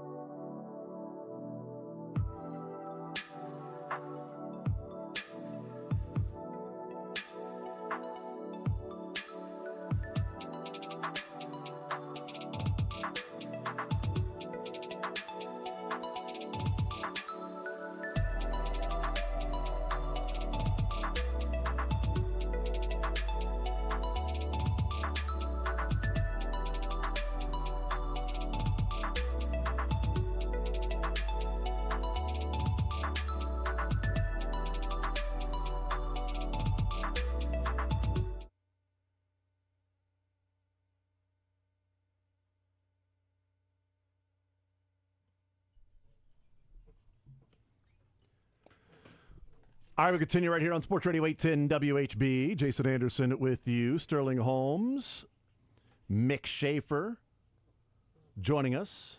Advent Health Sports Park at Blue Hawk is presenting him each and every time he's on the show. Time for Learn Funniest Best. We go around the room, what we learned from the weekend, funniest from the weekend, and the best from the weekend. What I learned this weekend is that Zach Bryan is publicly declaring something that he's never going to do, that he wasn't going to do anyway. So he got into a spat on Twitter with Chiefs fans. On Friday night, he wrote, where are all the three-peat people at from last year? You know, because people aren't talking about Chiefs three-peating this year. What a sick burn, by the way. Yeah. You didn't win 3 in a row. Where you at now? I'm not hearing any three-peat talk from Chiefs this year. No, you're not. That would be correct. So then some Chiefs fans go back at him, and he says, please understand, I will never play in Kansas City. Cool. Which is wrong, because he has. Right. He didn't say again. He's like, I will never play. Well, no, you have. I've been there. Then he goes, this is where he declares something that was never going to happen anyway. He said, I'll be about to finish my show and then get a taunting call if I play at that stadium. Hey, Zach Bryan, you're not playing in stadiums. Because then he says, hey, Bonner Springs or whatever, ready to see you guys again. Yeah, because you're playing at Sandstone. Like that's wait, he's fine coming to Sandstone? That's what he said. I'll see you guys again at Sandstone. Like, yeah, there are no Chiefs fans around Bonner Springs. Like, Not at all. Not at all. Yeah, he goes, I miss you, Bonner Springs, coming to play next year. But Bonner Springs is that not part of Kansas City, jackass? I feel like he doesn't know the geography. Yeah, but also I'm saying, if I played in that stadium, they'd call me for a taunting penalty. Yeah, and if I hit on Taylor Swift, she would say yes. Oh, wait, it's never going to happen. Like, well, you know, he's close to, he might do stadiums. He did T-Mobile last year. He is as close to playing at Arrowhead as I am. Oh, I don't think that's true. Zach Bryan's band is as close to playing Arrowhead Stadium as I am. He's a big deal. I don't like Zach Bryan. He's playing amphitheater. I liked him until this, but I don't like that. If you're at T-Mobile, you're a step away from Arrowhead. His tours are like 10,000 fans. He sounds like Patrick Starr to me, where it's like, I remember everything. Well, he did 2 nights at T-Mobile and sold them out. If I wanted to listen to that, I'd listen to Patrick Starr and SpongeBob. Right now, his tour is going around to places that have like 10,000 seating capacity. Okay. That's pretty big. I mean, that's big. Right. Is that Arrowhead Stadium? No, here's the playing deal, at Arrowhead, too. though? No, that's big. Kenny. What if he... Kenny plays... Yeah. Right, Kenny and Taylor. Well, he could open up for Kenny. Well, there's a lot... There's some... as an opener. I didn't think about him being an opener. It could be Megan Maroney who opened up for Kenny last year. I was thinking a headliner. Yeah. Yeah. But he's got as good a chance as me as a headliner. No, he's got a better chance still of you. 1% chance? I've got 0? Oh, he's much higher than that. I feel like you appreciate like how big of a deal he's become. Yeah, he's a big guy. I don't like know his who he music. is. I'm not sure. Okay, yes. I'm not sure who he is. I can be mad at him, but also appreciate that he's like blown up. Right, but I'm seeing his tour. Which I don't get, though. I still don't understand how he really blew up the way he did. Like, it's not my... I guess... There's a lot of other musicians that I feel like should, but that's never how the game actually works. It's just, I mean, turns out a ton of songs. There are a lot of catchy hooks and all that stuff. I don't know what he Guy sings. and a guitar. No idea. You don't know anything he sings? No. Okay, yeah. No idea. If I heard a He's song... a lot closer to Arrowhead than you and me. I'm looking at the tour date capacity of everywhere he's going, and it's like 10,000, 12,000. I don't think you understand how big 10 to 12K is. Well, and here's the deal. I understand how big 10,000 is. It's 10,000. When he came last year, when he came, he was it was right after Great American Bar Scene. That record came out, so no new record. Yeah, it probably does for a year. Whatever you drop down a level of venue. I know there's a science to all that. But. I mean, different musicians will even just for fun play different stuff. Like this year, he's played Red Rocks. That's kind of that's Turnpikes went from playing 20,000 sometimes. Now Turnpikes playing. They're playing it as Uptown. Right now. Yeah. No, they're playing Uptown now just for an album because they got that new album out. G's. I can't wait to do that. That's gonna be electric. Yeah. How many tickets did they sell for Taylor Swift? Well, he's not a Taylor Swift. Yeah, I know, he's not Taylor Swift. That's the Arrowhead. That's my point. But that's Arrowhead Stadium. There are a lot smaller acts than Taylor that play at Arrowhead. Yeah. Who plays at Arrowhead? Kenny? Motley Crue when they're like 70. Yeah. I mean, Vince Neil. Rolling Stones, U2. He ain't playing at Arrowhead Stadium. I'll never play at Arrowhead Stadium. Neither will I, Zach. I also will not play at Arrowhead Stadium. He might. I'll bet. How much money you want to bet Zach Bryan never I plays bet he at comes Arrowhead back to Stadium? Kansas City. Yeah, he's going to Bonner Springs. No, but I'm saying it's Kansas City proper. I bet. Yeah. No, I bet, Bonner I bet Springs. He said he'll waltzes never in do somewhere. it. He said he'll never do it. I bet he gets booed. Oh, absolutely. Which would be even funnier. He will. Because if you Well, buy a ticket it's to so go see him funny. and you boo him, Here's feels what kind you of should be poking at. Is funny. like, so he comes out and taunts Chiefs fans.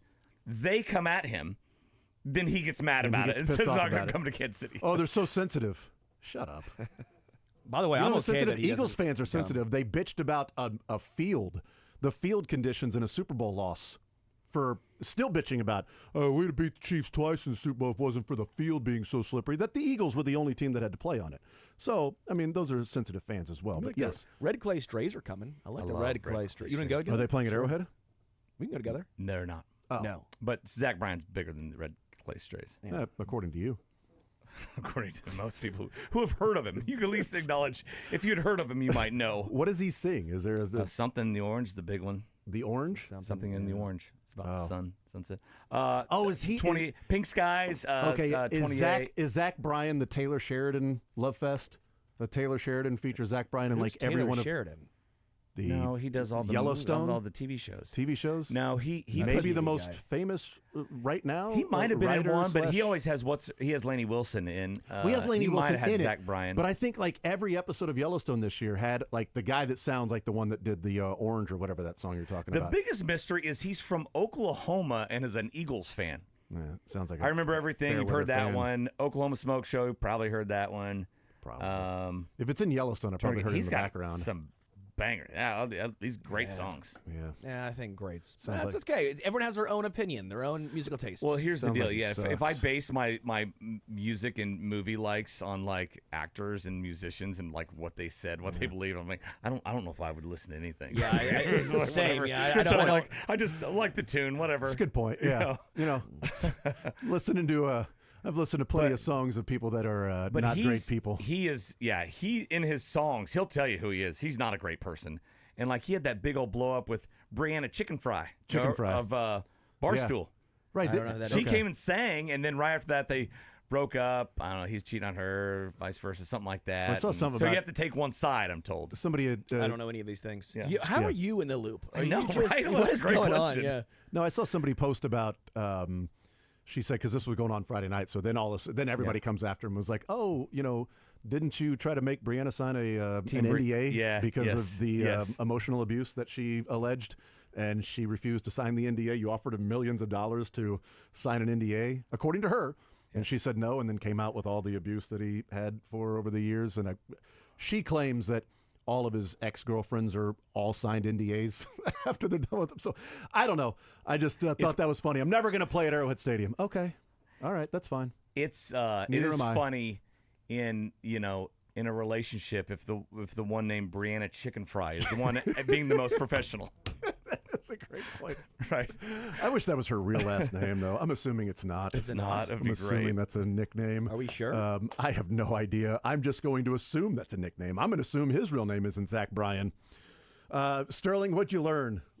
I feel comfy with Josh Simmons at left tackle. That's what you learned. Okay, good to know. I feel I wanted to see, Feel and comfy. I learned that I feel comfy with Comfy. Josh Simmons at left tackle. Okay. I think that's It's comfy. the best way to put it. I'm comfy. I like it. You're comfy. You're there on the couch with a nice little throw blanket. Yes, my glass of bourbon, a You nice know? blanket just Yeah. rolled over myself. And Yeah. I feel on your comfy. person. Nice little fire roaring in the fireplace. I'm It's comfy. very comfortable. So Very 10 comfortable. plays against a bad team who didn't game plan. Correct. I'm comfy. Maybe 11. We I don't know. learned- It might have been 11. I learned I'm comfy. That 3rd and 5. 10 official, 11 plate with appearances. Gardner Minshew in the game that he picked up. I'm comfy. That's enough. One play, huh? 11 plate appearances. Yeah. 10 at Right. bats. 10 at bats. Yeah, 10 at bats. Here's the comfy. problem. You can have like 48 great snaps as an offensive lineman in a game, and if 2 go bad, you got a horrible game. We looked it up last year, preseason game number 1. Kingsley was the second highest pass blocking grade for the Chiefs Yeah, I figured. against the Jags. Something like he had that. like a 78 pass blocking grade. It's like, wow, Kingsley looked pretty Yeah. good. I'm comfy with Kingsley at left tackle. What'd you learn, Mick? I learned 2 things. One, Snoop Dogg and Cameron Diaz went to high school together. Wow. At like Long Beach Polytechnic, which, by the way, has to be the greatest high school right? ever for not only actors but athletes. Yeah. Some of the greatest athletes ever went there. Didn't Juju go there? Yes, he did. Yeah. Yes, he did. And she's actually been quoted saying, I think I remember buying pot from him. Wouldn't you remember if he blows up and becomes Snoop Dogg? Like, I bought pot from that guy. Uh, How many That's my high dealer. school drug dealers blew up like that? Like, Right, like yes. I feel like that has to be like a pretty one-off. Yes, I have a second learned, if I can. Yeah, absolutely. Go right I ahead. feel like, I don't think this is a Jim Abbott thing. Matt Quatrero, I knew he went to ODU, Old Dominion. He had 400 there for his career. Wow. In 4 seasons, he was like a 3-time conference player of the year. He went in the Hall of Fame there in 04. I think got done playing in like 97. I didn't realize Like that, 7 years later, they're like, this might be the greatest baseball player we've ever had. Put him in there. And so. And then Vinny Pasquantino comes along and. Not as good as Q. I know, right? Nowhere near. So I was just looking at, I'm hosting the Sports Commission Awards on Thursday night, and he's, I don't know if I know, he may or may not be getting an award. Huh? And so I was just kind of looking at some stuff. I'm like, I didn't know that. He was a guy. 8th round pick, Jelly. He was a guy. It's pretty good. He was a His dude. career minor league batting average was 286 and yeah. never made 343. the show. 343 on base, 758 And you can't OPS. get a cup of coffee? Yeah. Of course, What are the we doing? AAA was 198, so That's why. that's kind of rough for him. Also, he's a right-handed hitter, so we only hit against left-handed pitchers. He took himself out of the game when it was a right-handed. Actually, Coach, can you pinch hit for me? There's No, that's why there's a righty up there. Average is so slow. He would actually go and try to hit lefty against a righty. That's why his average is so low. He's not a switch hitter, but he thought I would try. You know what? It's analytics. He's I'm yelling not at his allowed. manager, I know what you're thinking, but really in the future, it's going to be a big deal. Drake, what did you learn this weekend? I learned a new term for something that you see more often in the movies, but does happen real. I learned the term pseudocide, which is Okay. when you fake your own death. Oh. Wow, okay. That's like Harold and Maude. Pseudocide, okay. Okay. Pseudocide. Pseudocide. I don't, in case. Do we that know? happens. Do people have people Anybody fake that's their done own it? death? Oh, plenty have. I Oh, think. yeah. Yeah, people do it. Okay. Like in Fletch, that was the plot. He was going to fake his own death. Yeah, and, yeah, that's right. Like a lot of movies that happen where you or books. Yeah, even. Harold and Maude Yeah. was that weird movie in the 70s about like a 15-year-old Yeah. kid and an 80-year-old woman having a relationship. Yeah. And like every scene, he was face down in the pool or something like that, faking his own death. Day of the Jackal. That's how he got his start. I don't remember what streaming service that's Ooh, on. Double Jeopardy with Ashley Judd? Ashley Judd. That was the plot. Oh, Wait, that's right. isn't 'cause then- straight- She's already 'cause convicted of she's killing already him once. convicted of killing him once. Yes, I can kill you again. So which she I don't can't think be- is the actual law, but it made for a great right, movie. but it was a great movie. Yes, because that's he was actually alive. So it was Bruce. we'd like to exonerate you on this name? one, but you did kill him this time, so you do have to go to jail for real this time. I was thinking like- strangers on a train, but that's not true because they just That was throw mama from the that train. was the opposite. I don't know. Um, By the way, real quick on a learn, I thought one of you guys would use the learned on Josh Simmons' dad playing for the Yes, Detroit I Tigers. thought you were going to do I that. thought you guys. That's why I didn't use it. I had 2 learns, but Josh Simmons' dad played for the Detroit Tigers. Found that out. I Yep. learned that on Saturday night that his dad played 2 years for the Detroit Tigers. Josh Simmons' dad. Figured that would be more talked about. Yeah. Than, Figured we would have it's- known it as I well. figured we would have known that. All right, Sterling, funniest from the weekend. Yeah, it's this insane celebration on Family Feud. A guy won or did very well on Fast Money. He's the dad with 4 daughters, and this is the celebration he did. Mick, do you want to break this down? His little celebration he did Okay, on so national television. 2 hands in the air. Oh, is that the is that- discount double check? Yes. We'll go with the discount double check. Yes. That's the boom. the discount double check was Yeah, the it was belt. that. Yeah, yes, this is was more the of belt. like a Was it Triple H that would do that? yeah, I think he said 2 words following it too that were not appropriate for And that aired and everything? This aired. I recorded this. I went back, paused it, and screen grabbed Yeah, this. you're a big game show. Big Family Feud guy on GSN, and Game show network. You and the wife. yeah, and so I saw that. The look on Steve Harvey's face is just impeccable. That's great. Good for him, man. Yeah, what did Let's Triple H used celebrate. to say? Triple H. I don't know if it was Triple H that did the Celebration. chop to the waist, To the groin. chop Yeah. to the groin, double Yeah. chop to the groin. Yeah, it's called the. Am I allowed to say this on air? We don't know what. I'm gonna guess no. By the way, am I allowed to say this? We don't know what it is. What rhymes with luck? No. Not the one that starts with an F. Oh, suck it. Yeah, that one. Yeah. Okay. You cool. said it. Is that what the dude said too? That's the move, though. Okay, right. But it's wild when you do that move on Are we allowed Family to say that, Feud Drake? on national Anyway, television. Mick, funniest for you? Funniest for you, Mick? What rhymes with luck? It's a lot of things. He said luck it. He said luck it. Okay, great. Basically. Anyway, but I think people would have thought the other. I said not the one with an F. Yeah. Okay, that's great. What's the funniest for you from the weekend, Mick? So, wild. gosh, I wish this is still just an audio medium, right? We can't is. show video. We can't Dang show it. video, no That's video. the Brooklyn Cyclones for the umpteenth, I don't know how many years in a row, exactly. held, it's the single A team for the Mets, held an Elaine dance competition night. Wow. And these women were amazing. Yes. You had little girls out there wearing the dress. That's the biggest You gotta deal. wear the dress. The Yeah. dress. And just do the thumbs, and you kick it, and Kick then your leg out. And, yeah, it's more like a full body heave set to Yeah. music. Oh my goodness, that's great. And so it's That's great. I sat awesome. there and just like, because normally I'm looking at like naughty things on TikTok and stuff that's not, appropriate. Yeah, that this makes was sense. good, wholesome fun. I was That's just sitting there, great. I'm like, finally, Yes. there's something. It's PG rated that makes me laugh, and I loved it. That's I really wonder why your second. TikTok's normally not PG rated. That's Well, weird. it's how it works. I mean, they're just sending it to me for Yeah. no reason No whatsoever. reason whatsoever. There's I'm no like, I don't algorithm. want this anymore. Wow, this is ridiculous. Why are you I'm sending gonna me all press these the things? heart to show I don't like it. Yes, I'm pressing the thing to get it off there. What's Is it a going heart on? or a thumb? Swiping right. I'm not sure. What's the funniest for you from the weekend there, Drake? Well, I'm hoping nobody saw it, but Saturday I picked up a pizza to eat while I was watching the games, and as I saw was, you eat it. As I was backing out of the store using my butt to open the door, the door made this weird screeching sound. And I thought I had stepped on a dog. I mean, that was I the thought maybe sound people I made. thought you farted. No. It made this rah sound, and I thought I had stepped on a dog. So in this little little airlock in between the two doors, I jumped and almost dropped my pizza. And I hope nobody else saw it, but it was. I had to laugh the rest of the drive picturing home. you backing out butt first and opening the door. That was the door. That was the door, not me. Can you play clip number 7 here? This was so Tyler Shuck threw a pick 6. So technically his first touchdown was a touchdown for the other team. But his actual first touchdown was a 54-yard bomb for the New Orleans Saints for a touchdown. And here's how it sounded. To have him, and we know how special he is, and he's going to pick up the offense in no time, and definitely a good guy to have in the locker room. Obviously very disappointing. We got a touchdown here.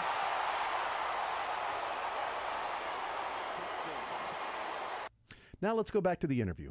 That was the call for Tyler Shuck's first ever professional touchdown of 54 yards. We got a touchdown here. Obviously, we got a touchdown here. So you felt disappointed about what happened with that last year in the career? It's a great call. Beautiful call. Even for in his an first... NBA game, when points get scored all the time, Yeah. they'd say more for scoring, for hitting a bucket, a three-pointer than We have a touchdown I feel here. bad for touchdown here. like Joel whenever there's like a homer hit during an interview. He never But he sometimes makes it sort of fun, though. Like yes, he'll make a call or send it back Yeah. up. You're in that no man's land. Yeah. But that was Shuck, not Castellanos. Yeah. And there's a drive. And there's a drive. It's no longer a drive. It's a 54-yard Why touchdown. wouldn't you got to at least be more excited? Like, Right. oh wow, Oh, touchdown! Shuck's first 54. Shuck and corn. Shucked Tyler it down Shuck, there. Shucked it 54 on down there. yards. What was the best for you from the weekend, Mick?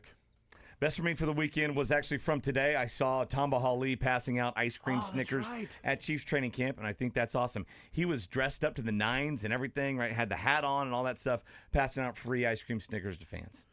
Did cool. Did you get Pinnell and It's out there. Karloftis Told take him to part in that? bring one back for me. I'm sure it held up. Oh, yeah. It was perfectly fine.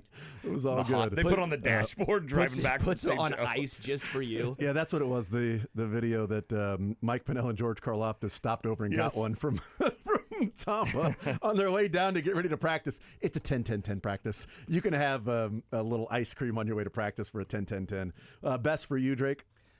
My parents are in their mid-80s, and they were mentioning a couple weeks ago that they have not been to see a movie in a movie theater since Knives Out, so like 6 or 7 years.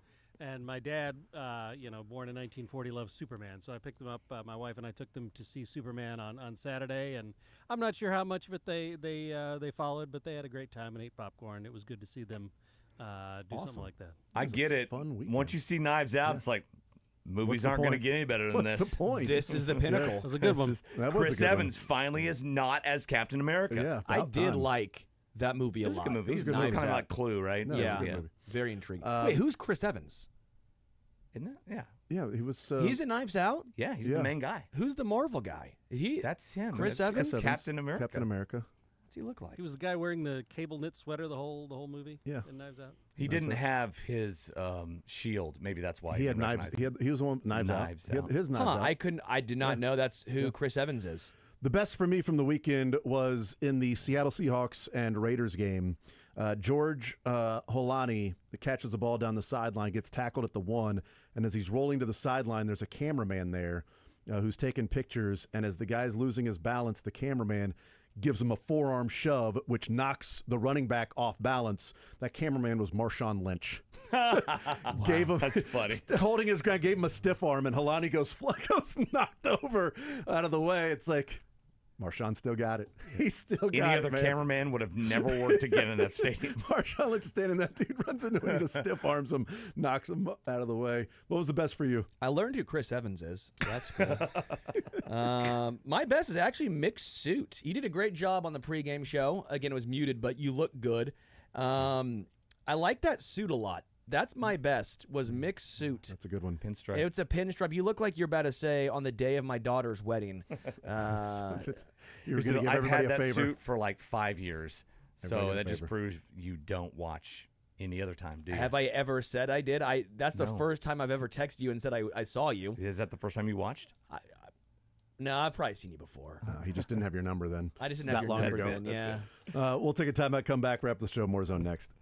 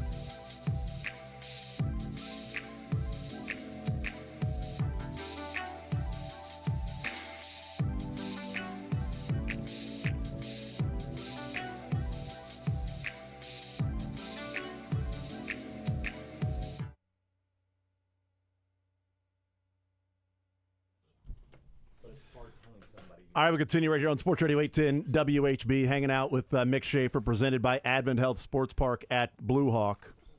Did you see that the internet was broken today? By? New Heights tweet. Uh-oh. They have a very special guest on the Wednesday. Andy? No, they have Mick Schaefer. They have a silhouette in the middle of Jason and Travis. And they have tweeted out about Taylor. how special this special guest is going to be. And the internet sleuths. So here's the picture right there. Okay, New Heights, a special one. Would be my guess is Taylor. And Can I see it? yes, Let me take a look. See here. so that's what the picture is with the silhouette. Now people have gone back and they've done this. It's an exact picture of some other interview she was doing. That's the exact silhouette of Taylor Swift. So it looks like Taylor Swift will be on the New Heights podcast. How could you not on get Wednesday. her What if they on? get like a sheepdog that kind of matches that exact silhouette? That would be great. Sheepdog named Ricky. Yeah. Woof. Says 92%ers were coming back early for a special episode with a very, all caps, special guest. New episode Wednesday, 7 p.m. Eastern. Wait, question. 7 p.m. Eastern. It can't be like that special. That's like just bringing your significant other on the show. I think Like, the first that's- time they have Taylor Swift on the show is going to be pretty special. That's just Travis's girlfriend. I mean, That's a like, good point. Yeah, I mean, like I don't think she could play Arrowhead. I think she could. I think she could. Now, if she said I'm never playing Arrowhead, that'd be different. Yeah. Because she actually could. like, what if Mick just brought his wife on this show? Like, Let's do it. Be very similar. if I brought my wife, it'd very be the same similar. thing. We're just Yeah. bringing our significant others special. on. Brought his dog last week. I did bring my Good dog. point. Wait, so it could be the dog. I'm telling You brought your yeah. dog last They're week. teasing everybody. One They of knew their they would figure it out. One of their, I think by their own metrics, I don't know what metrics they're using, but at least by, I should say by their own, at least releasing of metrics. I don't know if that's true or not, but one of the most watched episodes was the one where Kylie was on with them. Yeah. Which, makes sense. So now you got Taylor, you got all the Swifties. They've been waiting for it. So the internet was broken this morning. They I hate broke when people the say that. internet. Why do it people- broke. Well, They why- fixed it though. Yeah, like the internet's not broken. It's never been broken. Like Well, sometimes it Sometimes does, right? Twitter is yeah, down. but never from like this. Oh. Like was it Kim Kardashian? Was that the first person that Break said like the internet. breaks the internet? I think it came out on a magazine. Like that made it even more funny. And I was like, that's even sillier. Like Breaks the internet with a picture on a magazine. yeah, I was like, that makes even less sense. My pet peeve. I don't like Breaking the internet? over the top hyperbolic dumbassery, and when someone says they broke the internet, I'm like, I never even heard of that until you just told me. It broke it's because the internet was broken. You didn't hear about it. I hate that this is happening to you. It hurts. Stop with the hyperbolic nonsense. A fairly large event might be transpiring on the internet through Sure, podcast yes. medium. That's how it should be talked about. I agree. I don't feel like it wasn't broken. I hadn't heard about it, and Yeah. I've been on the internet. Correct. It was Right. still working. Correct. Yeah. They must have. I think they fixed it pretty quickly though. Yeah. So they posted it. Internet Backup internet break. generators Yeah. they got going. And then they just flipped the light switch back on. That was it. Just flip the fuse Is that back where on. Drake goes when we need help? He just turns it off and on again, or It just popped a fuse. They just flipped it back on. It's all good. Internet's back on and We're working. gonna so. turn it back on when Seren comes back. We're talking into nothing.